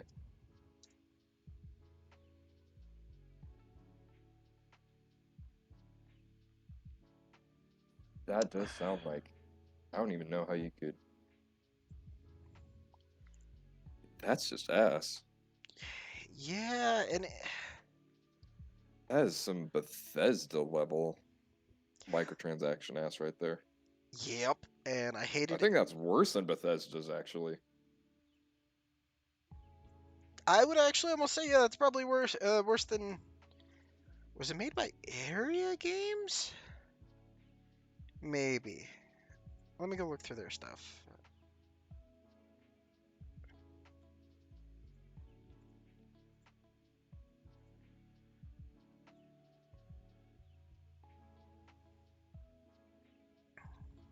Yeah, it was made by Area. Okay, so I need to go start looking through excuse me, Area.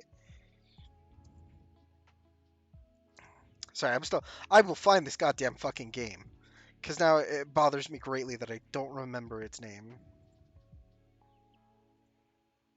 Ah,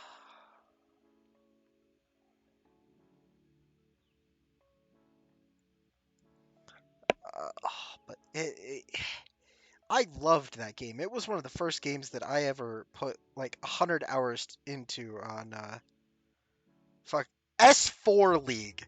That's what it was called.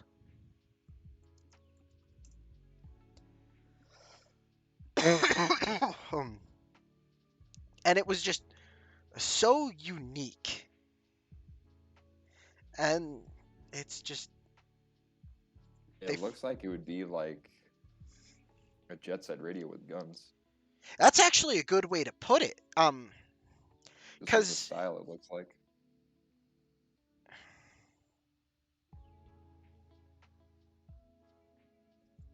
oh, that sounds miserable, Yora. Sounds almost as bad as Legacy Fantasy Star Online 2, where meta weapons in the player market offer each tens of billions on the free to play currency, and you can't get the free to play currency with premium currency.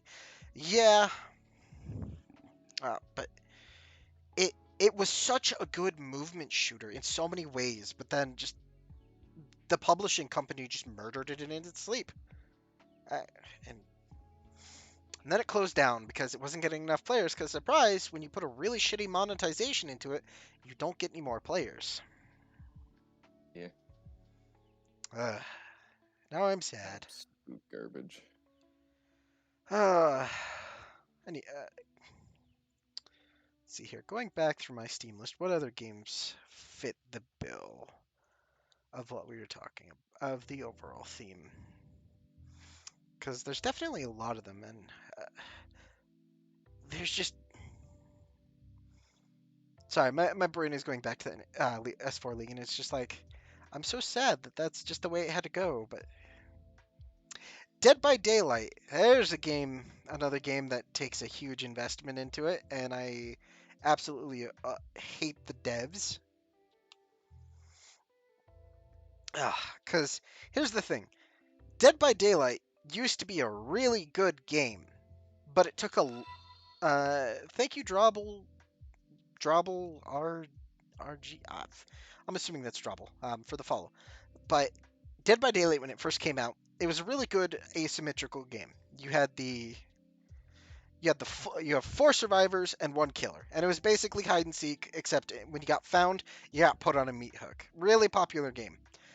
The problem is the devs' Uh, heads are so. um, Sorry, go on. some shitty went down. Whatever you said in the last minute, you probably need to repeat. My Discord got closed and I got disconnected. That explains why you were quiet. Um, okay, so I started talking about Dead by Daylight. Dead by Daylight is a game that kind of fits in our overall theme where it takes a fuck ton to get into, but it was a really good game. The problem Yeah, now is the devs themselves don't understand their fucking game, and their heads are so far up their own asses that they refuse to listen to anyone from the community. Like, that's always fun. yeah, so it was a great game. It had a lot of potential, and then they a good way to put it is they don't actually fix things. They implement things to fix things that they did as a band-aid, but don't ever fix the initial issue. So the way the game works is basically it's 4v1 hide and seek basically. Each side Yeah, gets these things perked that alter the way you play the game. Perk comes out. Perk is super broken. What do? Don't fix the perk by just changing numbers or tweaking it or making it like more fair to play against. Bring in a new perk on the opposite side of that perk. So like let's good example of this is they came out with a perk that basically makes you heal because basically you get hit twice, then you get knocked down, and then the killer can carry you to a hook, and that's how the game yeah, progresses. So you can heal if you're not being chased by the killer. They introduced a perk that made the healing, which was depending on various factors, basically anywhere from 14 seconds to 24 seconds longer, or it could be longer based on various factors. The perk now makes it so you can heal in 8 seconds. The problem is because you can heal that fast while you are under the effects of this perk, barbecue and chill. But yeah, because you can heal so fast under this perk, the killer literally can't hit you for about 8 seconds after he first hits you. And so, if you're smart or based on the game flow, you take a hit. You use that speed boost to run across the map where it is no longer advantageous for the killer to chase you. They heal up in 8 seconds, and then Wow. they're yeah. And so, this was a huge problem. What did they do? Instead of nerfing the perk, changing the way it functions, doing something to balance it, they slapped on another perk that basically made it that basically negated it. And that is their methodology for air quotes fixing the game. Is instead of actually fixing it, we are just going to band-aid patch it. That is some grandma ate the fly nonsense right there. That's actually a really good way to put it. And it also kind of revolves back around to what I mentioned with their heads up their asses. So they do a monthly Q&A, and I can sum up a 2.5 hour Q&A because it went. So they were asked basically Q&A asked a whole bunch of questions. The answers to the questions: no, we don't know, no, maybe, we don't know, hockey, no, no, maybe, and there's no point. The hockey one and then the there's no point ones are the two that pissed me off about it. Even though I don't play the game, I haven't played the game in a long time, but I keep an eye on it because I'm like, maybe one day they'll get their heads out of their asses. But so people, basically the way the perks break down is you have to spend in-game currency that you can get to upgrade your survivors going through this blood web thing. Each perk has 3 tiers, so you basically have to buy a perk 3 times before it's actually any good. So people asked, "Hey, because there are, I think there's almost like 300 perks now, and it's not like, oh, you buy that perk and it's unlocked for everyone on that size. No, you have to do it for each individual killer and survivor, and there's a fuck ton of them. And that's assuming you want to play these other killers or these other survivors, right? And so it's an Yeah. ungodly grind that's not fun. So people are like, hey, considering the sheer amount of perks there are, could we just remove perk tiers and make them at the maximum value? It would reduce the grind by a massive amount. And the response was, well, more perks are going to come out anyway, so we don't really see the point to reduce the tiers. Because after like 2 or 3 years, it's going to be roughly the same amount of blood points spent. And it's just like, are you fucking. You're clearly just an idiot. Because I don't think it's malicious, you're just an idiot.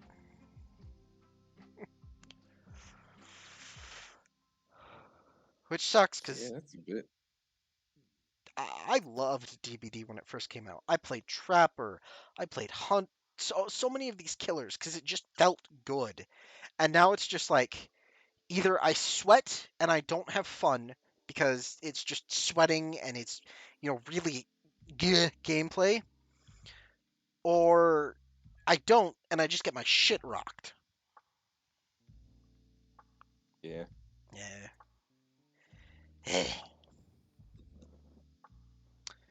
But it's just. Hmm. But and the fun part of it was though, which kind of looped back to the original theme of this stream of time investment before it gets good, is while you're still learning the game, it's not fun because it's like supposed to be a horror game in theory, and so it's like Yeah. you're losing or you're getting trashed because various reasons. But as you learn and you start getting good and you start understanding how to play, the game got really good. It was a lot of fun in so many different ways because, oh, to evade Killer X, I need to play like so. To beat loop Y, I need to do X. It was very much like chess, but just really sped up. Because the more you thought about it and the more you learned how to like counter certain things, the better it got. And then it it went from I have to play well. To be fair, you still do have to play well, but Yeah. it became less I have to play well and more what perks did I bring. There are certain exemptions to that, like, uh, and that's mostly on the killer side. If you play there's killers like there's a nurse that just ignores. She teleports, so she basically ignores everything. There's a killer called the Spirit. She's super strong. Those two killers can kind of ignore a lot of the shit, but survivors, especially at high levels of gameplay, because the game absolutely fucking breaks down at high level gameplay. Like, it's a fucking mess. But at high level gameplay, their survivors bring four perks, like four specific perks. Killers bring four specific perks. There's no variety. There's no variation. It gets very stale and boring. And the devs went looked at it and they're just like, yeah, no, that's totally fine. I could rant for far too long about Dead by Daylight, Yeah. but uh, so my friend, has any other games occurred to you that fit our general theme? Going through my mental mind of games that could fit that. Hmm. While you're thinking on that, because I'm just looking through my Steam favorite list. Dead Rising is another series that is one of those where it takes, you know, you have to sink a whole lot into it before it gets good. Because on a base level, it's fun. You turn your off, you murder zombies. But Yeah. if you don't know what you're doing, the whole Then game you're can gonna get your yeah, the whole game just yeah, fucking spirals and you'll die a lot. yeah. But Like the whole point of it is you get through like that's why it has not New Game Plus, but uh, Prestige, I guess is the word I'm looking for, where you play through the game and after a certain point, the game starts over, but you get some neat stuff at the beginning so you're not starting from square one, yeah, you get to keep all which your is levels which is a nice yeah, touch. and yeah, and Dead Rising is definitely I've played the ones I've played are 2 and 4 and that I played a bit of 1, 2 and 4 Uh, and a lot of that is just you're just under time constraints and on your first playthrough you're not going to be able to do everything and for a lot of games that kind of frustrates you because I wanted to complete this thing but I couldn't fucking do it so now that kind of yeah, frustrates me and that's kind of the point is you're supposed to play through the game over and over again until you get good at doing those things on the time constraint yeah, because to be honest with like Skyrim and all that stuff like the world is burning and the dragons are coming back, but if you want, you can go and do all these side quests. It doesn't matter. But Dead Rising is like, no, you have like an hour to get this shit done, or people die. there's going to be actual consequences. I will say, out of all the Dead Risings, Dead Rising 1 is my favorite, but Dead Rising 3 has one of my favorite scenes. Uh, What's that? so there's a point where you it's a logical decision. Basically, one of your friends goes on a suicide mission, and Yeah, your character has the option to either just be like, I'm in a city full of zombies. My friends all might be dead. I could go look for them, which that's a crazy, but that's the intended path of the game. Or the game lets you leave. If you choose to leave, basically all of the NPCs that you were supposed to save and shit, like all of the main characters, they make their way back just as you're about to leave, kick your ass, and then leave you in the city. And it's oh, I've seen that ending. and it's just like that's such a kick in the dick, but at the same time it's funny. I Ah, love the sort of endings that are like, haha, you thought, bitch. Um, oh, I don't think that one necessarily counts, but I'm trying to think of endings that are like a choice. but I'm thinking of the ending from Returnal, which is, have you played Returnal? Have you seen the stuff for that? I've never even heard of this game. It's uh it's a bullet hell third person shooter Okay, that's why I'm not a where huge fan of you're bullet hells. yeah, where you're stuck on a planet and every time you die it is like ingrained in the game that you resurrect at like so you get a distress signal and you're hearing it from this planet and you go to this planet, something fucks up and you crash land on this planet and you get up and you're like, "Well, I have to get out of here." And then you go out, this creature appears and just fucking murders you. And then you wake up right where you crashed and then you realize that every time you go through and die, you're just going to wake up at that exact spot. The weird thing is, it's not like a Groundhog's Day time loop. This planet is just weird and fucked up. You'll actually see your corpse from a time that you've died previously. Like time still moves forward, but you yourself are stuck in a loop. And you finally get through, and there's this nice moment in the game where you get to the final boss, kick its ass, and you sit there and your little um, device tells you that evac is finally here, and you finally get off the planet. The game's over. You finally fucking did it. You beat the boss's ass. You get back. You're proclaimed a hero. An astronaut came back from a failed mission, and you're just kind of back on the planet. And then the scenes just kind of show you living your life, like you're having a nice time. You're growing older. You have this nice house out in the farm. You're just sitting there playing piano, and it's just a really nice time. And then it shows you um, the image of your funeral. Your gravestone is there, and there's people gathered around, your friends and family, and all that. And then you get this image of your grave, but from the bottom up. You're looking up through your grave to the light above you, and you slowly start to sink down into your grave until you wake back up on the planet because you died. That reminds me of another game. So, have you ever heard of Prey? Not the Yeah. Not 2016 one, but the 2006 one. no, I haven't played that one.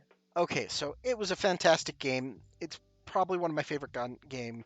Guns are great, whole nine yards. It's got one of the best intros to any game I've ever played. Because it sinks you into the world, and then you get abducted by aliens to Blue Oyster Cult's "Don't Fear the Reaper." Great game, but it didn't. Are you shitting me? I I I Okay, keep going. I kid you Keep going. fucking not. Keep going. But so I'll game I'll get tell you why that upset me in a second, but keep going. but you beat the game. There was supposed to be a sequel, but through a whole bunch of corporate bullshit, sequel never came to fruition. The reason why I was reminded of that is because they leaked the story, and the story of the second one is basically you played this mercenary or bounty hunter, I forget exactly which, and your end goal is to basically beat this evil thing. You Yeah. beat the evil thing, and you go through your whole life, and you die. When you die, you go back to the start of the game. And throughout Wow.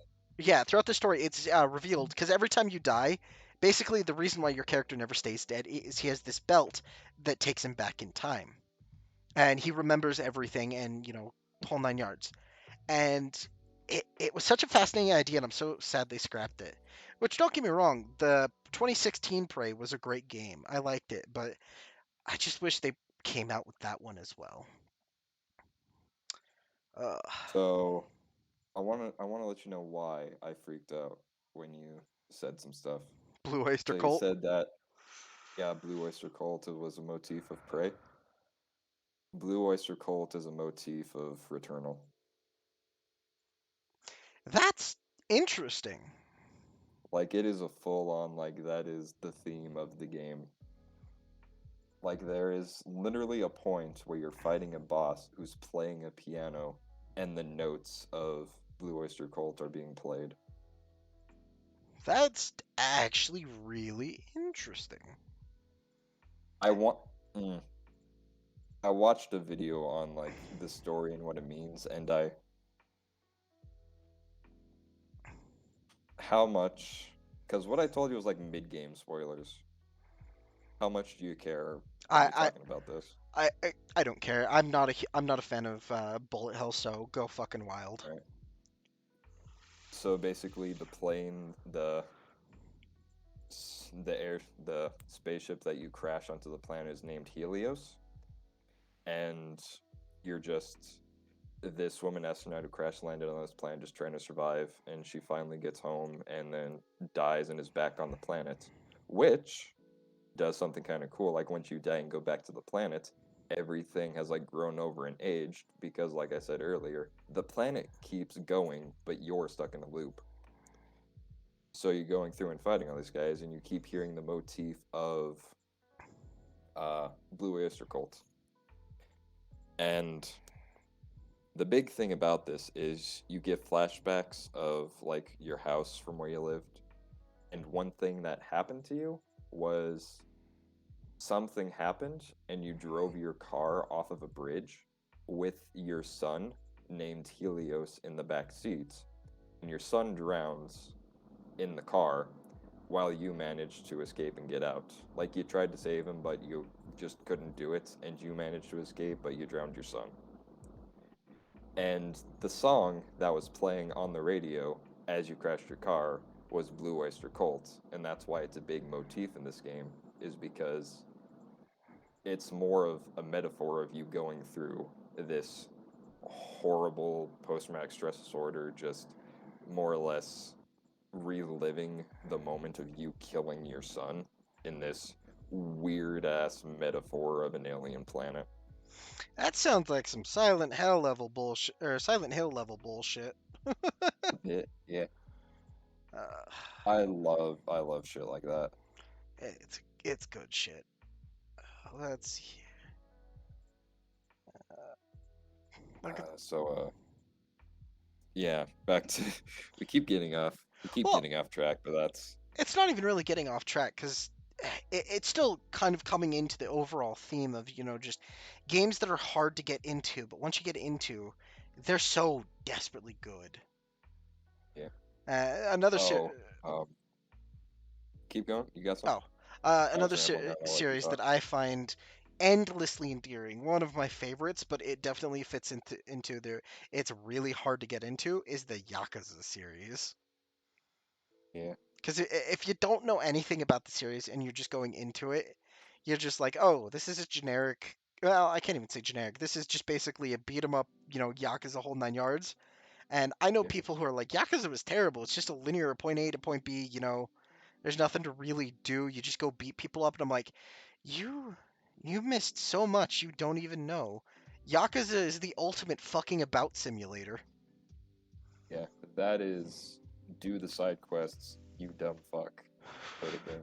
Pretty much. Like I like games that are the do the side quests, you dumb fuck, that have like the interesting side quests. Like here's the main game, but fuck that. Here's this silly little wacky adventure where you chase a cat up a tower.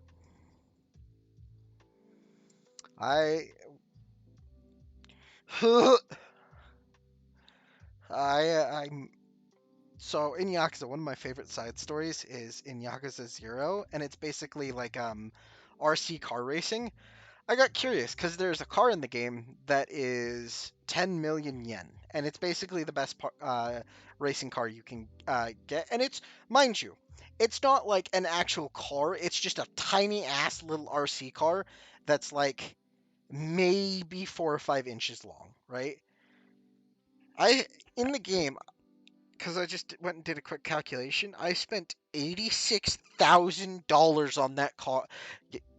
Kazuma Kiryu should not be allowed to have money.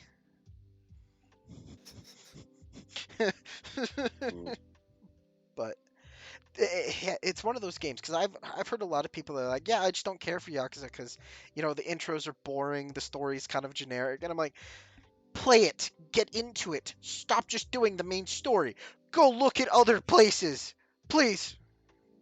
Have a good yeah. day, Yahara.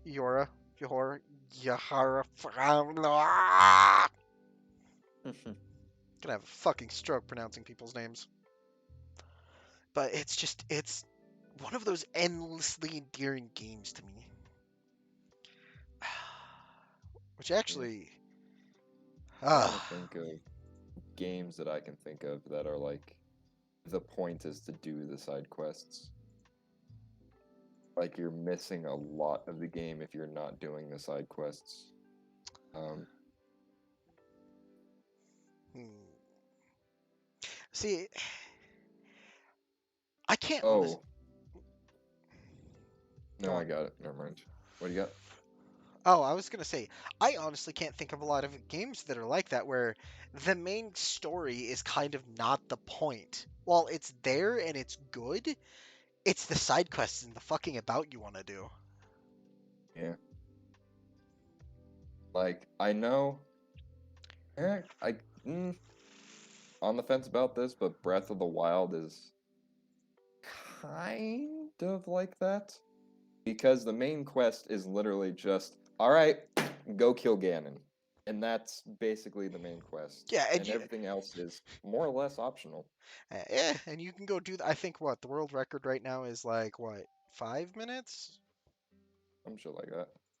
to Yeah, you Google. can either just go, like, you can literally just go straight from the beginning of the game, get the glider, and go kick Ganon's ass straight from the beginning. Or you can go around and do all the fucking about side quests. Like, Uh, they made it so it's not really the main story, but it is the main story, but it's not really the main story. Kind of weird. Like, it made the entire game an optional side quest. Like, yeah, you don't need to go do everything, but but it it's gonna make helps. the fight against Ganon really fucking difficult if you do nothing. Uh, Like, you do need to go around and do a bunch of stuff in order to prep yourself. Like, that's what the game is. It gives you one mission, and everything else is prep for that one mission. yeah. Um, I will say I did just go and Google it, and the current world record is held by a guy called Player 5, and it is 24 minutes. Yeah. I've watched some speed runs of Breath of the Wild, and it is a bit ridiculous, Yeah. especially with the glitches that like throw you across the world. Oh yeah. I remember when we spent hours over at your place looking for a single fucking shrine. And then we went and posted Yeah. we posted the world map to Reddit and we're like, "Can we get some fucking help? We don't know where this last shrine is." And we've spent hours looking. And then we got like fucking 60 downvotes and no replies and it's just like, "Come the fuck on, please. We're not being an asshole about this. We I was literally like 2 inches from the screen with a map of all the completed shrines, looking at your map of all the completed shrines but one, trying to find the one. we're And just I was just there for like, I think an hour just looking at this fucking map, just trying to find one empty space. and for viewers, it wasn't just him looking at a map on his phone. I was doing it too, and we were basically he took one part of the map, I took one part of the map. Okay, we're 90%, we're like 95% sure it's not there. He took one part, I took one part. 95% sure it's not there. He took one part, I took, and we were at this for hours. Yeah. But we finally found the son bitch. It Finally was like found up it. in the snowy mountains or some shit. It was under a bridge at the very bottom of the middle of the map. Something like that, yeah. Yeah, and I, oh god. Actually, thinking to games that fit our overall idea, League of Legends, aka League of I fucking hate myself for playing this. League of absolutely the fuck not. I remember trying. Oh, I tried to get. I didn't even try to get into it. I was like, okay, what's this game about? Play for 2 hours? Wow, that is literally the most boring game I have ever played in my entire life. Why do people like this? Here's the thing. League can be really fun, especially if you're winning, but it can also be one of the most miserable experiences possible because there's just and it's so hard to get into, especially now because there's like 160 champions. If you really want to play the game, you have to know what all 160 of those champions do. You have to know how their weaknesses. You have to know how to play against them. You have to. It is such a steep fucking learning curve because Most people are like, I like this champion. I'm going to stick to this champion. And so they learn to play that champion, but that's not enough. You have to learn what all of the champions do. Or else it's like, okay, who the fuck is that champion? I have no idea what they do. Holy shit, they're absolutely just kicking my shit into the ground. Yeah. And it's I don't want to talk about how many hours and how much money I've spent on that game. I do. 0. Yeah, you're at zero. I think last time I looked, I was nearly at 5 grand. What? I don't want to talk. Okay, so I've been playing this since I was 14, and so that's a long time. And there's skins, there's neat stuff, there's champions, all this stuff you can buy using the in-game premium currency. So it's like $20 a month here for something I like, $20 there. It adds up. It Uh, do. it do. And so at this point, I've resolved to never spend another cent on League of Legends. I said as I literally dropped like another, I think it was like $20, $30 literally less than a week ago on the game. I just like to comment here. It literally a toxic relationship. Yeah, that's a great way to put it. It is a toxic relationship, especially because the champions I like to play are either so far off the fucking beaten path and like so unplayed that Riot does not know they exist and they choose to continue to ignore they exist, Yeah. or they're like, hey, this champion that's really niche and played by not a lot of people, it's doing too well. Nerf it because the people who play this champion and are really good at this champion are putting the win rate up. I'll, True. yeah, that's a great way Hello? to put it. That game sucked. Let's go again. Uh, True. I'm trying to think of the games that I always have gripes with that I'm not sure how it is for like getting into the game, but there are definitely ways for me to get out of games. I hate grinding random items. Like it's the reason why I got out of Neo. It's the reason I got out of Monster Hunter. I hate getting to a certain point where the only thing you can do in the game to progress is to try to get items that are random. Like you have to defeat bosses and stuff for the chance to get these items. And not only like random items, like the thing that I hated most about Neo was to get specific weapon specialties. Like not just getting this weapon, which is randomized, but getting this weapon, which is randomized with randomized stats. And not only getting this weapon, which is randomized with randomized stats, but getting it of the right quality. Like that's what pissed me off about Neo, because once you realize that you're in the loop of what do I do now? You fight this boss to try to get this weapon. What do I do after that? You beat this boss to try to get this weapon. Okay, what do you do after that? You beat this boss. It's gonna be the same shit over and over and over again for slightly different results each time. It's not going to progress anything. It's just the same game, just on a slightly higher difficulty, so the enemies have more health, and the same shit over and over again to get weapons to compensate for that more health that they have. yeah, that sounds about right. I could never get into Neo because I just didn't like the core mechanics. Like, I didn't like having to swap between the styles. I'm like, Whips and Riven mods. I know about Warframe. I could never. One of the people in chat brought up Warframe, and that's another great game where it's, I guess, going with the term we've been using, sunk cost fallacy. Warframe Yeah, takes so fucking long to get anything good, but the fascinating part, and one of the reasons I don't care for Warframe, and it's probably just because I played with certain people, is it's incredibly fast paced. The problem is the fast pacedness is not there when you're low level. But if you have people who are super high level, they'll do missions in like 2 minutes. They will ignore Yeah, all the gunplay, they'll ignore everything, and they'll just fucking go from point A to point B doing all of the objectives. And it's just like, Nyom. Well, mission's over. Hey, we're waiting on the fucking new guy. Hurry the hell up. yeah. I wanted to kill things though. I wanted to have fun playing the game, not do a fucking walking simulator. Yeah, and on the topic of grinding for shit, I know the grind in that game is notorious. What absolutely turned me off is imagine after doing all that grinding to get an item, getting all the parts together, everything, and then it's like, Yeah. haha, to craft this item and get the item, you now have to wait 2 days. That is the fucking the craft time. That was one of the things that got me out of that game. It's cool, I got all the shit. Oh, I have to come back tomorrow for the thing to be done. Cool, I'll just forget about the game then. I will say to give them credit, it's at least got a good time where you can get everything if you're willing to grind and wait. So you don't actually you don't have to buy premium currency. I will give them full Yeah. marks for that.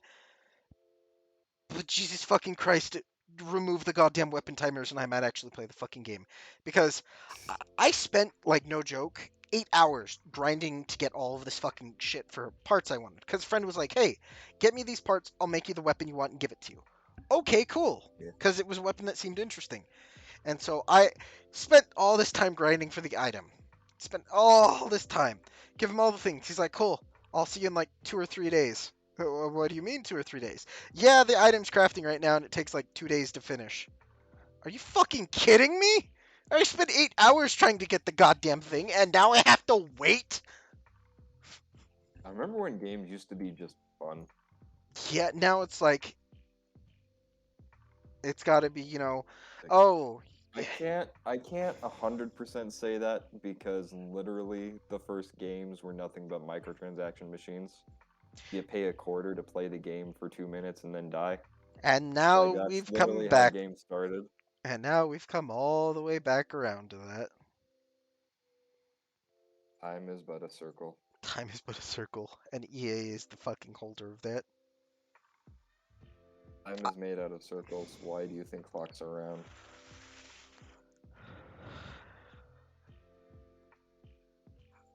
It's okay. It's 3 days. Yeah. Let's see here. Let's look at my Steam list. See what else we've got that kind of follows that. Payday 2. That's a game that kind of requires a Oh, time sink. I yeah, I fucking could not get into that. oh, dude. See, I completely understand that because as a new player, Payday 3 can be kind of shitty. But Yeah, once you actually get into it, you get a bunch of money. You start getting guns and perk builds built. It's so much fun just because it's like, hey, there's like more cops coming after us right now than have probably ever been conceived on the face of the planet. I yeah, think, fuck, what was it? I think one of the missions we did, which was the longest mission in the game, it's a mission you can stealth. But instead, we intentionally went loud. Our combined kill count was almost like 8 or 9,000 cops. yeah, And it's just like, god damn. It, uh,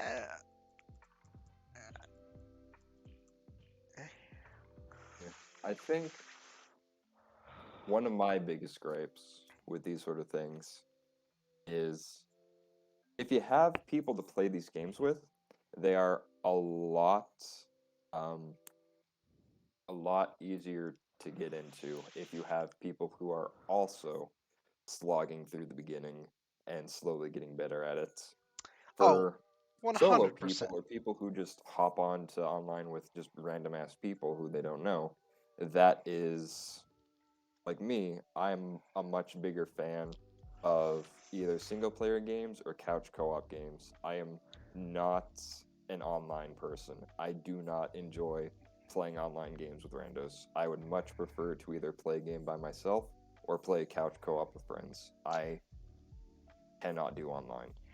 That So that these sort of games, these sort of multiplayer games are a much higher hurdle to get over because for the people who like more of the solo thing, it is much more of a slog to get through. that's fair.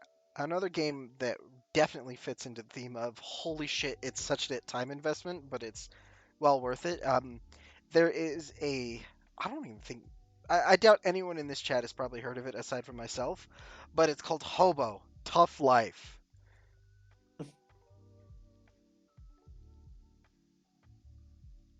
I That actually sounds have I been saying nicely. Payday 3 or StarCraft 3? I've been fairly certain I'm saying StarCraft 2, Payday 2. No, I've heard you say it three. Am I having a fucking stroke? I guess. I I just heard you guess. say. I heard you say Payday 3. I was like, is he talking about the second one? I guess he's talking about the second one. Yeah, the second one. I guess I'm just having a fucking stroke. Yeah, but no, it's a really fun game. But holy shit, if you don't have a friend who knows what they're doing, or you don't know what you're doing, you're in for a slog. But once you start knowing what you're Yeah. doing, it's fun. Yep. Uh, Just takes getting used to everything. Hitman is another game that I would argue is like that. It sucks to try and to get into, but once you actually get into it, it's a huge heaping of fun. Yeah. God, I think I remember you trying to get me to play like the third one, I think, or something. Blood money is what I think what it would have been. Yeah. Like I got past Hydrate. I got past the first mission, and then I got into the second mission, which was just you start out in a crowd of people, and I was like, huh, what do I want to do here? Yeah, Yeah. that's all I seen of Hitman. Yeah, Hitman, the reason why it's such a fun game is because of the sheer variety of what you can do with it. Yeah, Um, but it is definitely a game that requires a bit of a learning curve to get into before it actually starts getting fun. yeah, Uh, what are... Oh, Frostpunk is another great example of hard to get into, but once you do, it's great fun. yeah. Have you ever heard of this Wasn't that game? the isn't that the city manager one in like the Ice Age where you're trying to maintain all your resources until just you just die? That's correct. And you will die a lot, but it's a lot of fun. Yeah. Um, oh, here's a really niche game that I doubt a lot of people people have heard of. Echo. Echo. So it's a game that I am enamored with, but I've never beaten because of its learning curve and how much time it takes to get into it. The whole concept of the game is really cool. Basically, you are in this like ever evolving uh, Oh, I've heard of this. yeah, you're in this ever evolving place, and when the lights are on, anything you do, these clones of you will learn. So you point your gun at them, but don't shoot. They'll learn to start pointing their gun at you when they get close enough. If you shoot, they'll shoot, and they get progressively smarter. So you're kind of on a time constraint to finish the area, and it changes between a day cycle and a night cycle. So during the day, they're all watching you, they're all learning, and they always start out like super slow, super weak. So you don't want to run, or they'll run. You don't want to like hop over things, or they'll hop over things. Basically, they learn from you. But when it switches to Ooh, night, they're updating and learning from you. So, but while it's the night period, they're not watching you, so they can't learn anything you do. So when the night cycle's on, is when you want to run, you want to jump over stuff, you want to get objectives done as quick as possible, and it's so much fun because you have to think about it. Okay, these things are getting close to me. Do I want to risk, taking a shot with and putting one down in exchange? They'll learn how to do that to me. But the problem with it is as it progresses, if you don't keep that mentality from the start, dungeons will starting off with, oh, they can now run, so you have to constantly be running, and it's Fuck, just so much stuff like that, and it's very ball breaking in a lot of places. that sounds fun as shit. I would highly recommend it because it's also got like a lot of symbolism to it. I think it would actually be a game you would enjoy a lot. Yeah. Uh, what other? No, Dead Cells is pretty straightforward. Um, oh, there's another game series that I love, but you will constantly lose before you win, and it's one of those Dark Souls no one tells you jack shit kind of scenarios. It's a game called Uh, Dead in Vinland. hmm, So it's it's kind of a character management. I wouldn't call it a city management, but basically you're managing these characters and trying not to get them killed. Um, and its choices and all that kind of stuff. It's a lot of fun, and it's meant to be played over and over again because you will die a lot. yeah. Um, I think I've beat. I think in the almost 60 hours I have invested into it, I've only beaten it once. Ooh. It's a hard game, but once you get it down, and I can't say I had it down until like I was 40 hours in. Uh, Hmm, Darkest Dungeon would also fit the bill of our overall theme. Hard to get into, but once you get in, or hard to get into to understand, but once you do, it's a lot of great fun. yeah. Have you ever played Darkest Dungeon? No. I figured you would have. It's a game that I feel you would enjoy. It's basically turn-based combat with Cthulhuian horror elements. Alright. Yeah. Hmm. Uh, well, oh, you wanted to talk about Elden Ring, didn't you? Um. Would you like to go on that rant you said you had about Elden Ring?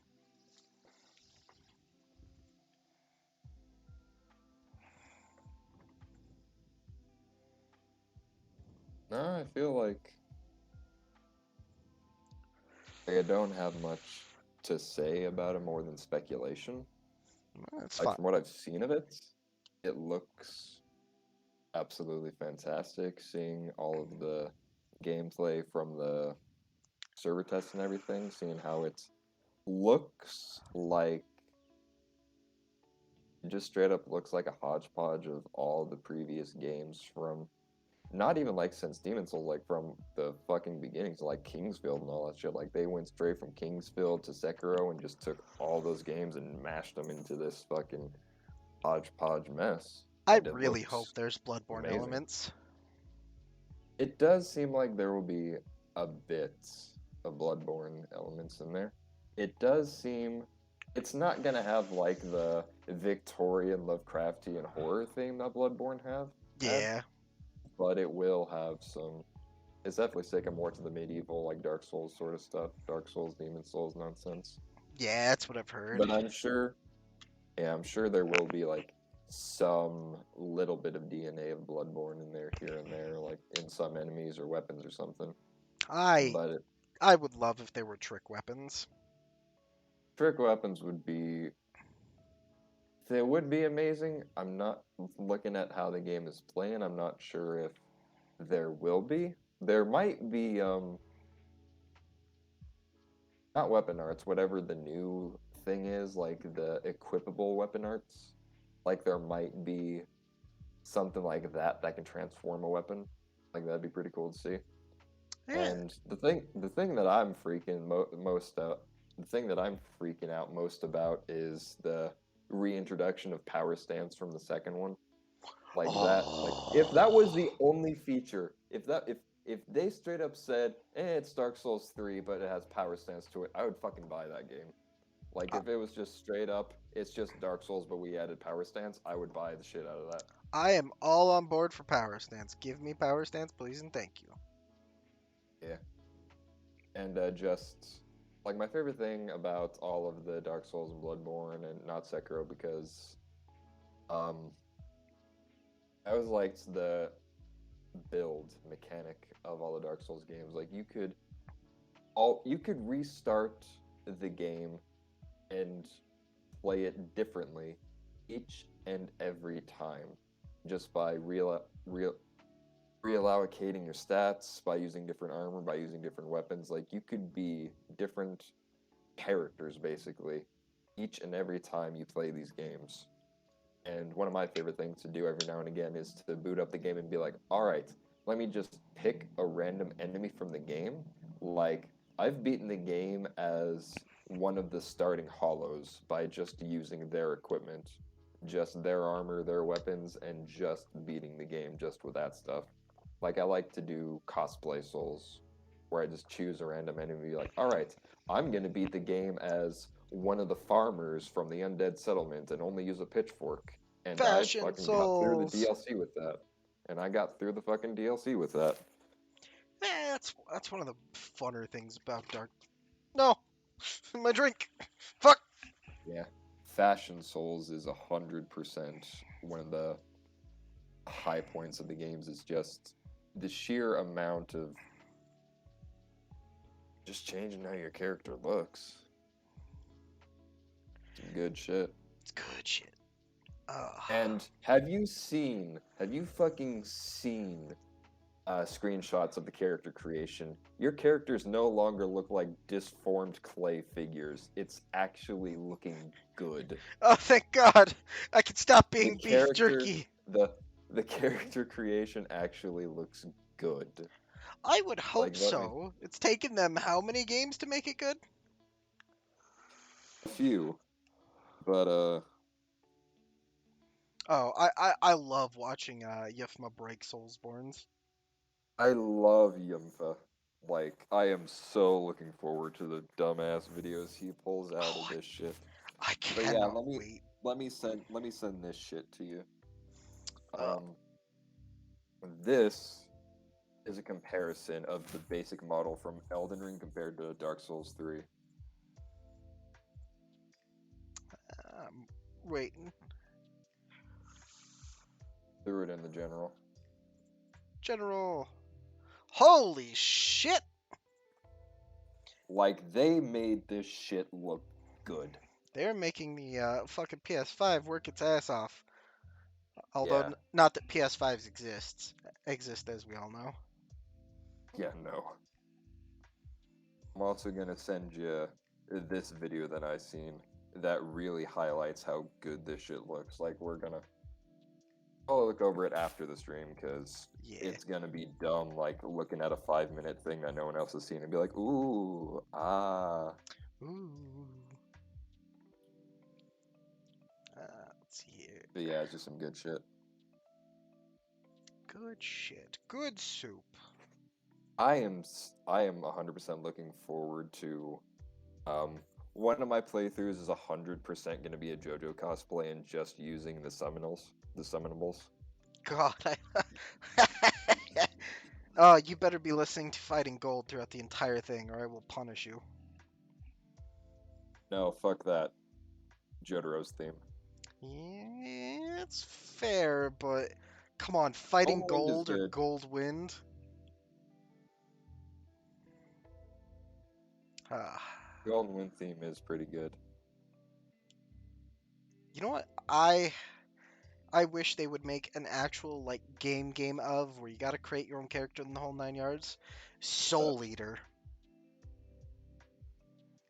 Could you imagine how much a Soul Eater game could how much fun one of those would be? Have it be have the system from Dark Arisen, where you can make your pawn, where you can make your um, where you can make your companion who transforms into a weapon. That's what I was kind of thinking. Give it that system, and then I would say, and this is probably because I'm incredibly biased, but make it like almost an Attack on Titan game where it's like super mobile and it focuses less on just button mashing and more on like precision striking. Yeah, like that's one thing that I hate about the anime ripoff video games, that it's just not fun to move around in. Like the combat is kind of clunky and it's just not fun to move around. It feels like you're just moving from point A to point B to the story beats and you're just kind of doing a half-ass Yeah. battle. Which is Like interesting about the Attack on Titan, because the Attack on Titan games, while they're still fun, also the Attack on Titan 2 game, despite coming out like almost 5 years ago, is still $60 fucking. Same with yeah. Black Ops 2. Black Ops 2 on Steam is still $60 fucking. I hate games that are still like, yeah, we came out a long time ago and we could bump down our price down to like $15 if we want. But fuck you, full price. Like their games, even if your games are still doing that fucking good, you can afford to bring them down. Fucking Like Black. that's the reason why they go down. It's because either you've had this game out for so long that you've gotten so much out of it that you don't really need to keep it up at that price, or it didn't do well enough and you need to bring down the price anyway. I don't see a reason for a game to stay at full price after like 5 or 6 or 7 years. Black Ops 2 came out in 2012. That was a full 10 fucking years ago. And it's still. There is It's no reason for a game from 10 years ago to still be 60 fucking dollars. correct. It also doesn't ever go on sale. Like, I think the True. last time I saw it on sale, it was only $45. Yeah. Uh, huh. Well, Yeah. I I can't really think of anything else that really fits this topic. How about you? No, not really. We Well, sort of gone through. we've gone We through it. got to the point. We got to the point where you're like, all right, the ones off the top of my head are kind of exhausted. So let's go through my Steam page and see what I can talk about. Let's go through my Steam page, see if there was anything I forgot. Niche bullshitting. Just like I said, uh, for the viewers, because I know I haven't told a lot of viewers, the idea of this series is basically it's just bullshitting with a friend about XYZ topic. I don't Yeah. really, because the thing that turns me off about a lot of podcasts, and it's why I have a hard time getting into them, is a lot of podcasts are like, you have to stick to topic. Topic is only important thing. And it's like Yeah. they'll have guests on, and the guests will want to go on this tangent or they'll want to talk about something interesting, and then it's just like, no, you can't, no tangents, don't break off. And it's just like, Like, what's the point of having guests on if you're not gonna let them fucking talk? right? Like tangents are what make things interesting. It's why I want this to just be like friends bullshitting, friends talking. Yeah. If shit goes off track, who cares? That's why the first episode of this series is literally called Dumb Shit's Guide. Yeah. The one podcast that I enjoy for that sort of tangent nonsense was the My Brother, and Me one, because the entire thing was just dumbass tangents. I've never Like it heard was of that one. I'll have to look into it. My Brother, and Me is a podcast where three brothers basically go through Yahoo questions and just bullshit around. Like they answer the questions in as stupid a fashion as they can, or just go off on silly stories. I think one of my favorite podcasts that kind of covers a similar feeling of where it's just, kind of friends bullshitting is the Sleepy Cabin. Ah, Although nice. my problem with Sleepy Cabin is I just really don't like Stamper TV. And it's not even anything personally against him. It's just I just don't like Stamper. He's not funny to me. He's not interesting to me. Yeah. I don't know. I literally know next to nothing about Stamper. Like I know that he and Chris and Zach are all friends and all that shit. But other Eh, than that, like I don't know him from anywhere else. Like, does he? Who? Hold on. Who the fuck He is Stamper? he started on Newgrounds as far as I'm aware, and I believe he helped out with Castle Crashers. I want to say Castle Crashers. Makes sense. I'm trying to figure out like, all right, yeah, he did like some animations and stuff with Chris and Zach and stuff. Like he did the apparently worked on the Dragon Ball shit. Let's see. Yeah, he was a voice actor for that one. I don't know. Looking at his He's just kind of kind there. of there, yeah. I'm looking at his Wikipedia page right now, and it's small. Apparently, he did voice someone in Has Been Hotel, which we'll have to bring that up in another stream because I have a long tangent and rant about Has Been Hotel and fucking Hell of a Boss and eh, Good rant or bad rant? mixed rant. Cause Mixed rant. he, to give kind of a preview, I loved Has Been Hotel. I think it's a great thing. I loved the characters and it's very niche, and I'm glad it got picked up Yeah, by a TV studio. yeah, I'm really sad that it's still not out while fucking Hell of a Boss has like 7 or 8 episodes out right now, when Hell of a Boss isn't that great. It's funny and it's got its moments, but like, eh, Has Been Hotel has a lot more potential than it Hell of a has a Boss lot more does. potential, and it's a shame that right now it feels like it's going to waste. But that Yeah, will have to be for a future podcast. For now, it's time to end it. So, thank you very much yeah, for coming to the stream and being my co-host. And I can't wait to do more of these with you. To the chat, thank yeah, you all for coming. I hope you guys had fun just listening to two idiots fucking talk about dumbass games and the theory of, again, I still don't know what to call it, sunk cost fallacy, I guess. Uh, Sunk cost games. There, we'll call them SCKs. yeah. But we will hit that, and then I'm going to go find someone on Twitch to raid. And then I always like to spread the love around. Let's see here. Is there anyone stream? Oh, Moe's Kitty streaming. Fuck yeah. I do love me some Moe's Kitty. No, bad ad. No one invited you.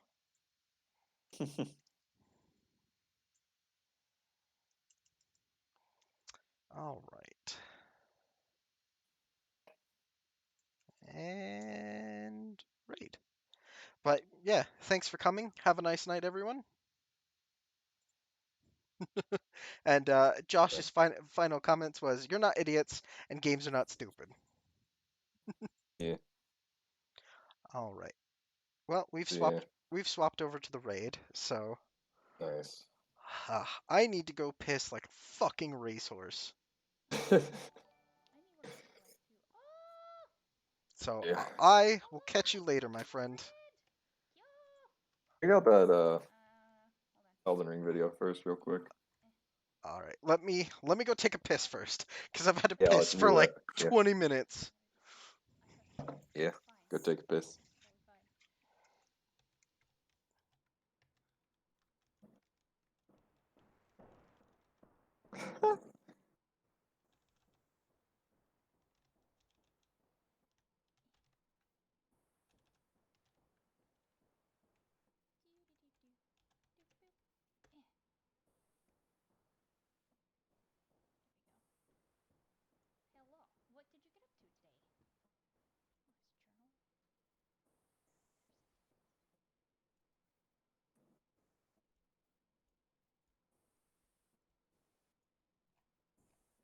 Do I want to get?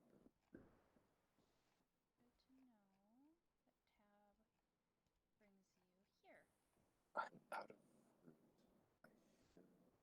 Go grocery shop. I need some.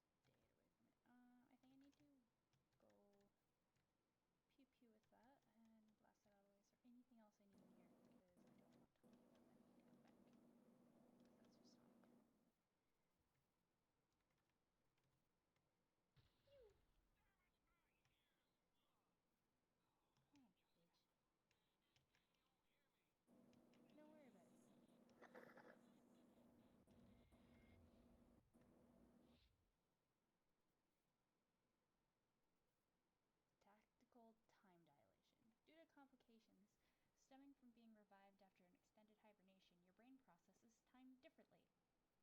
Pressing, pressing, pressing the tactical time dilation button shows the world, giving you time to think as well as take action. You have a limited time in this mode. Standing still drains your TTD meter very slowly while moving attacks drain it faster. The TTD meter refreshes slowly over time. Q gives you the tactical time All right, dilation. I'm back. I have pissed and I'm done. All right, let me bring that up. Yeah. Dark Souls is the type of game that I don't have patience for. Yeah, this is just showing how fucking good this game is gonna look. Literally months at a time. It is. All right, it's Saturday. That means it's officially less than 2 fucking weeks. Oh, I'm so excited for it. Heh. Oh, I'm so excited for it. I have been waiting for so goddamn long. We've all been waiting I for wanted. so long. How do I? I have to. How do I'm I? gonna be up next week, by the way. I'm coming up next weekend so I can get my taxes done. Bitchin'. I will let Taryn know, and we will figure out